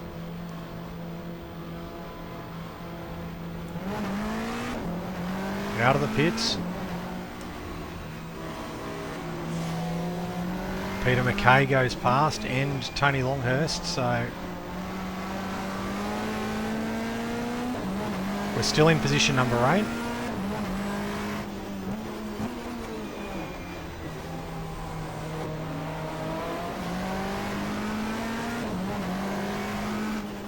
This gives us something to chase. There's 20 laps to go in our reborn Oran Park 250.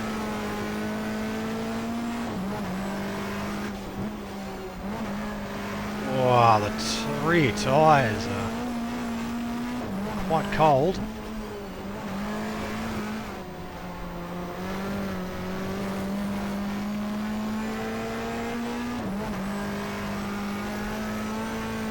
Take a lap or two to get up to temperature. Gone from front tyres with no grip to rear tyres with no grip.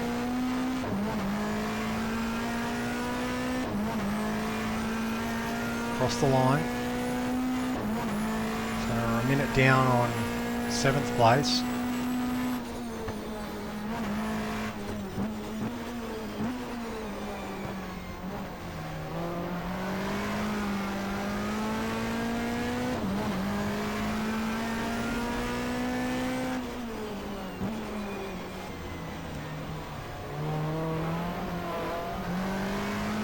Looks like McKay is...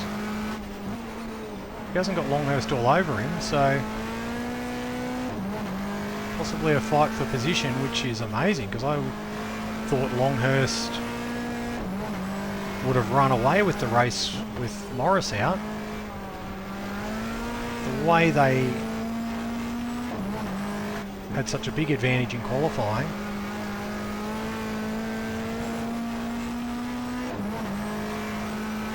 Trying to stay with them anyway.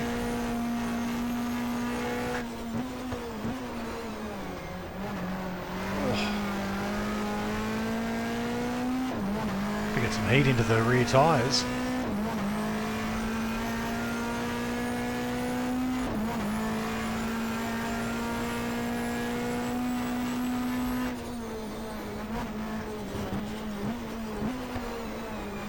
Back to second gear.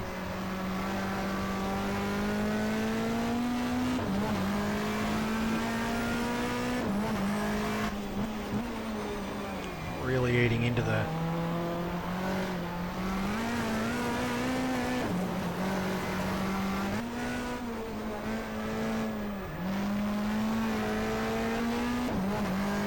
it's driving like it's a rear-wheel drive car. Either that or we've got some plastic wheels on the back, not rubber. It's just getting sideways everywhere. The sun's really in our eyes now as we dive down to Sutton's. See our skid marks on the road from when we dropped the tyre off not long before our second pit stop.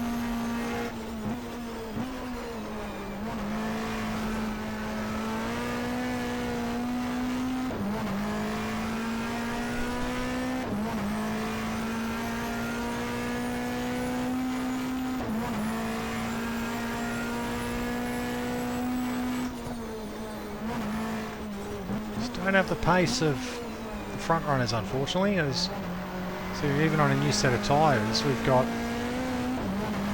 Longhurst and McKay have just quite easily stepped away from us.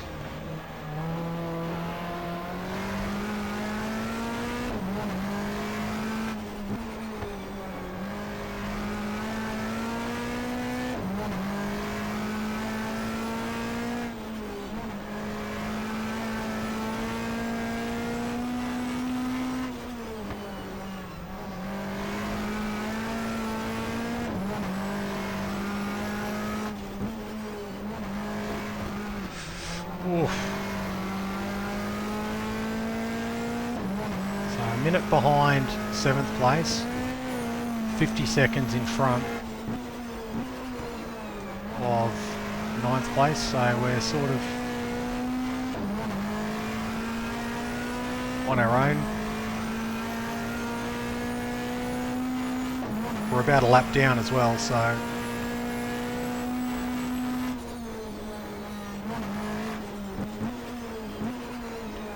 for us there's really only 15 laps to go.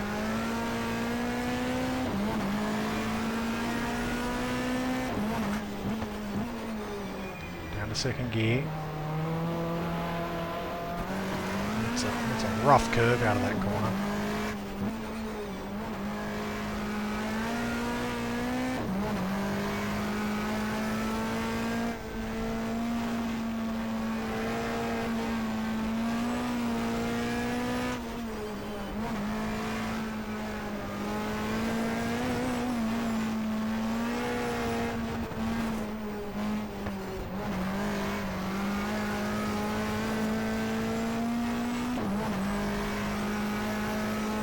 Trying to have a real go here, but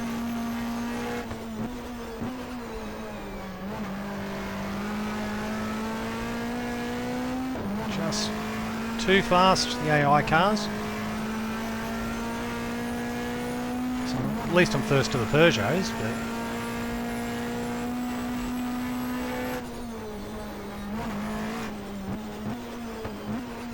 but sort of been all on our own in this race, which is a shame.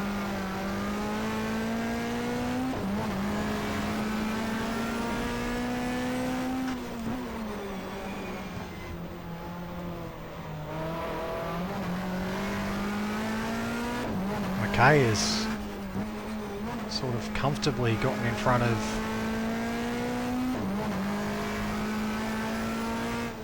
Longhurst, stayed ahead of Longhurst.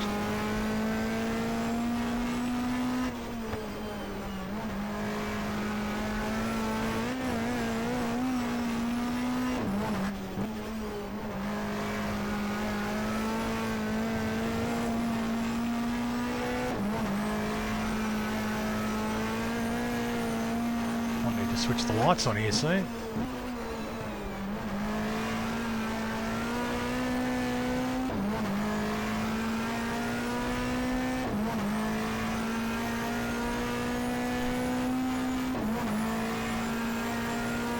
Cap down to 58 seconds.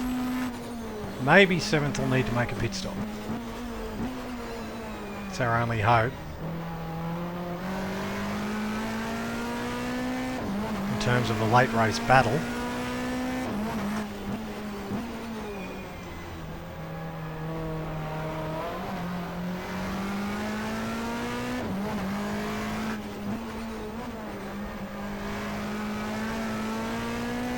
Tyres are quite well up to temperature now, so I'm not really sliding as much.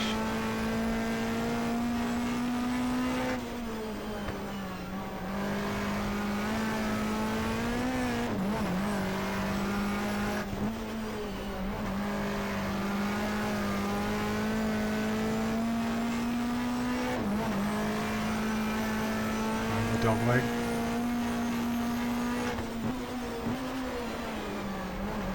The car's up ahead now. Longhurst looks like he's trying to get around our teammate. Ken Matthews in the 89 Peugeot. It's under him there. Should get out of our way. Not only because he's our teammate, but also because we're a lap ahead. Got a bit of time now up on Longhurst.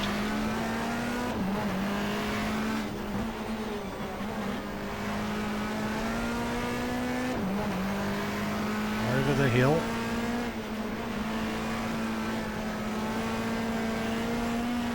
Back to Phil Alexander in the Peugeot.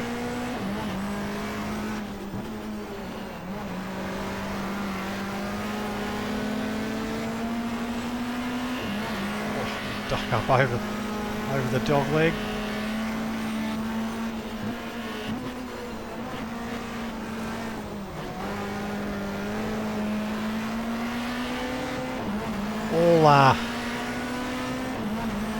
all caution gets thrown to the wind when you've got a good set of tyres, don't they? And a sniff of getting amongst some of the cars ahead. We are a lap behind Longhurst, but I'd like to pass him if I can. We're behind Melinda Price in the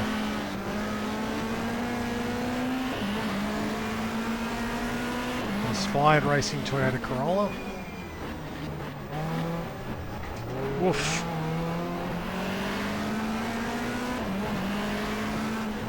Have a go up the inside. Out in the grass. Or the dirt rather.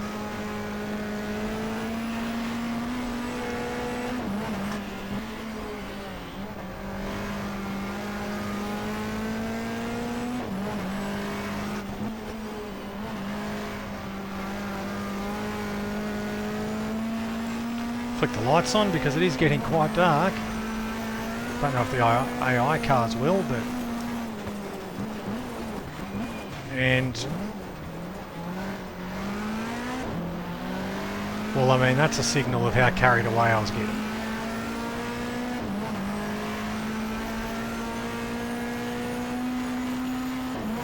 "11 laps to go, I should just calm it down a bit." Completely lost the scent now of Longhurst and Mackay.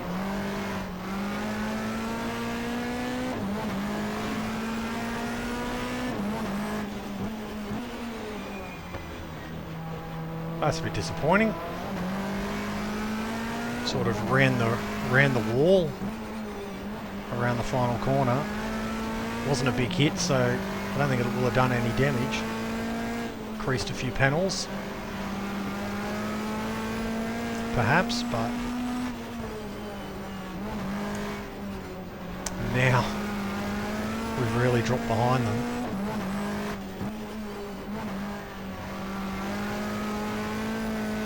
Oh, there's something on the track there, bit of debris.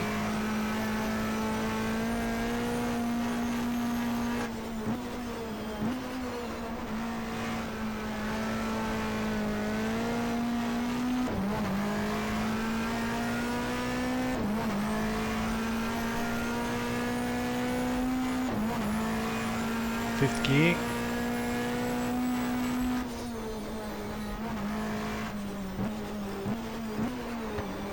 Back to second.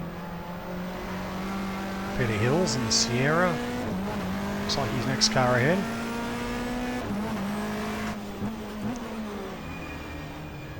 We've lost Longhurst somewhere, I think, because that looks like the Technophone Mercedes ahead, which is Peter Mackay. Because Phil Ward looked like he was in the pits and out of the race.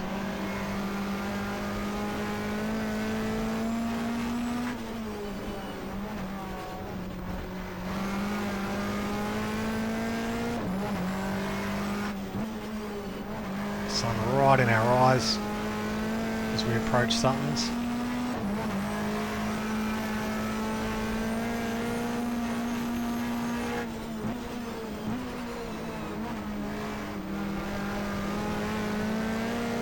Bit of damage on the back of Peter Hill's Sierra.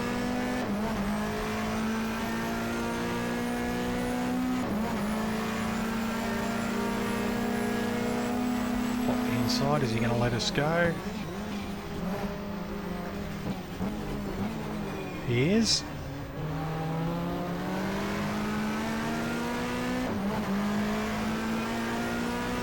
The venerable old Ford Sierra, still doing the job in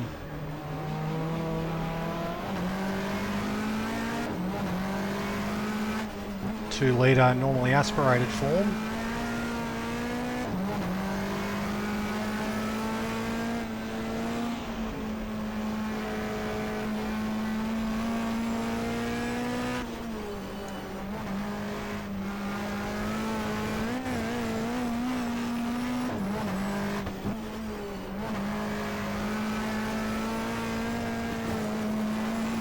Still trying hard because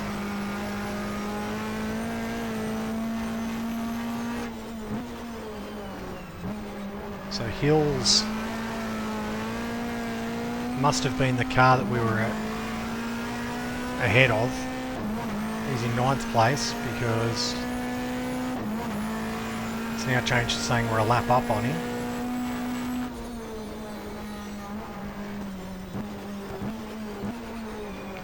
Back to 2nd gear.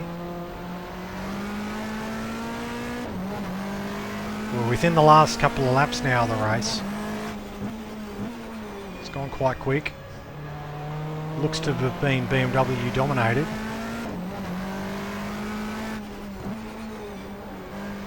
That's probably would have been the expectation.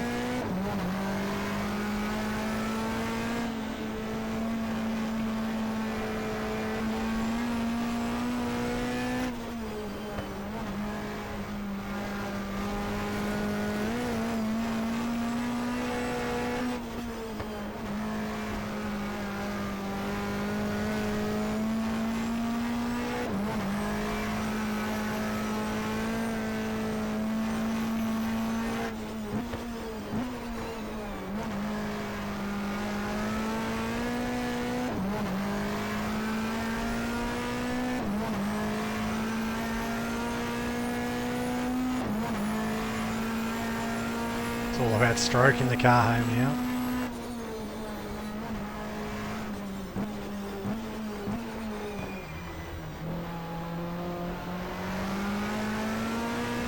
The sun's still in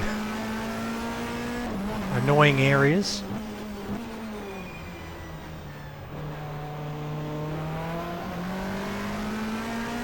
But I think perhaps an idea to keep this race going as I go through future Australian Super Touring seasons, perhaps. Also warm-up Enduro, especially given their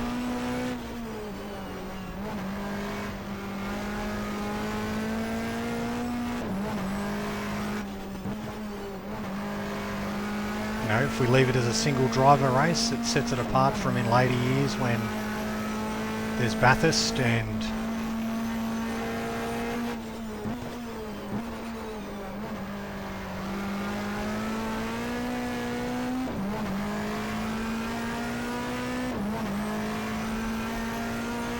the like, onto lap 95.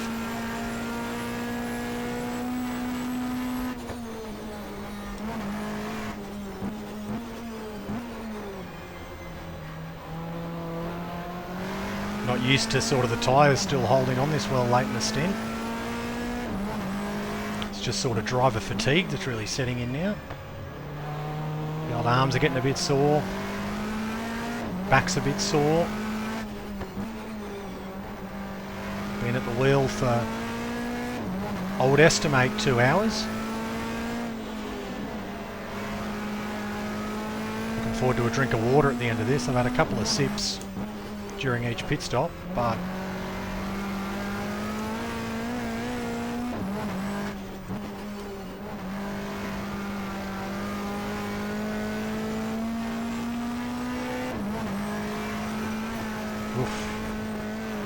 oof.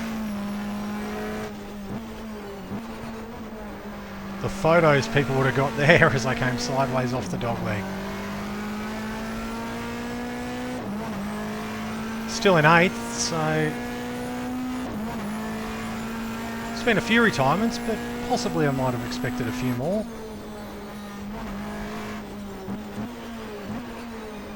Looks like Ken Matthews in the 89 Peugeot. He must have made a pit stop for us to come back round on him this quick.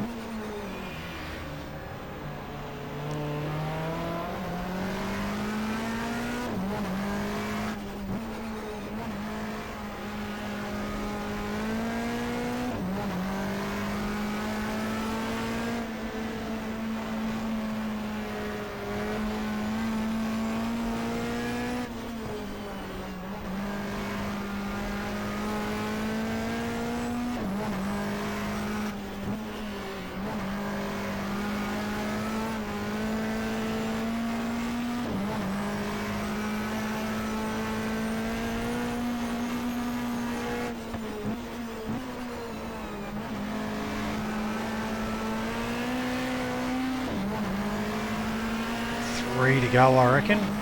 because I think we'll only get to lap 99. So we get in the slipstream of our teammate, the 89 Peugeot, Ken Matthews. We slip through.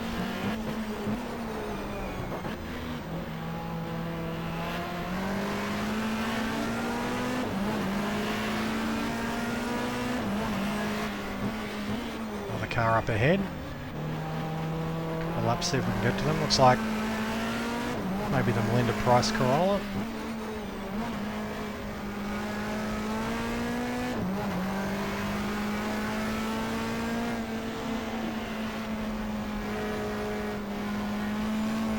Back onto the home part of the circuit, the South Circuit.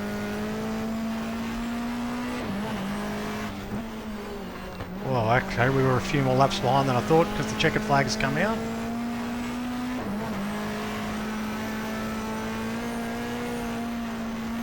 So here we are down to the corner for the last corner for the final time, and so we're going to be 3 laps down in 8th place for our return of the Oran Park 250, a long race, a fun race. Let's go see who won it. So a long, grueling race, and we see John Blanchard has taken the win in the BMW M3, quite surprisingly, only 2.5 seconds in front of Mark Adderton, and right behind him was Tony Longhurst, who would have thought he'd be the favourite and would have probably won at a canter, but it just hasn't happened. Phil Ward was only 12 seconds back in 4th, so only 12 seconds covering the top 4 after 250 kilometres of racing, which is pretty good. Peter Dillman was the only other car on the lead lap, and he was 45 seconds back in 5th place. 2 laps then back to James Kay in 6th in the Toyota. Steve Ellery 7th in the Sierra. We were 8th, 3 laps down in the Peugeot. Peter Hill's 9th, 4 laps down, while 10th place was Phil Alexander in the Peugeot on 6 laps down, having completed 94 laps. Melinda Price was 11th in the Toyota, Ken Matthews 12th, and 13th was Dennis Rogers, 10 laps off the pace in the Toyota. They were the only finishers. We lost Murphy, Holden, McKay, Hardman, Cotter and Paul Morris very early, which was a shame, particularly for Morris, because you would have thought he'd have been up the front. But that was a tough race, tough on the body just as much as the cars. I certainly felt like I've driven an Enduro. There's definitely more Enduros to come that we'll be doing, and one of them not too far away. I've got a bit of an idea for a race, which will be coming along soon. But until then, thank you very much for watching, and we'll see you soon on the channel. Bye for now.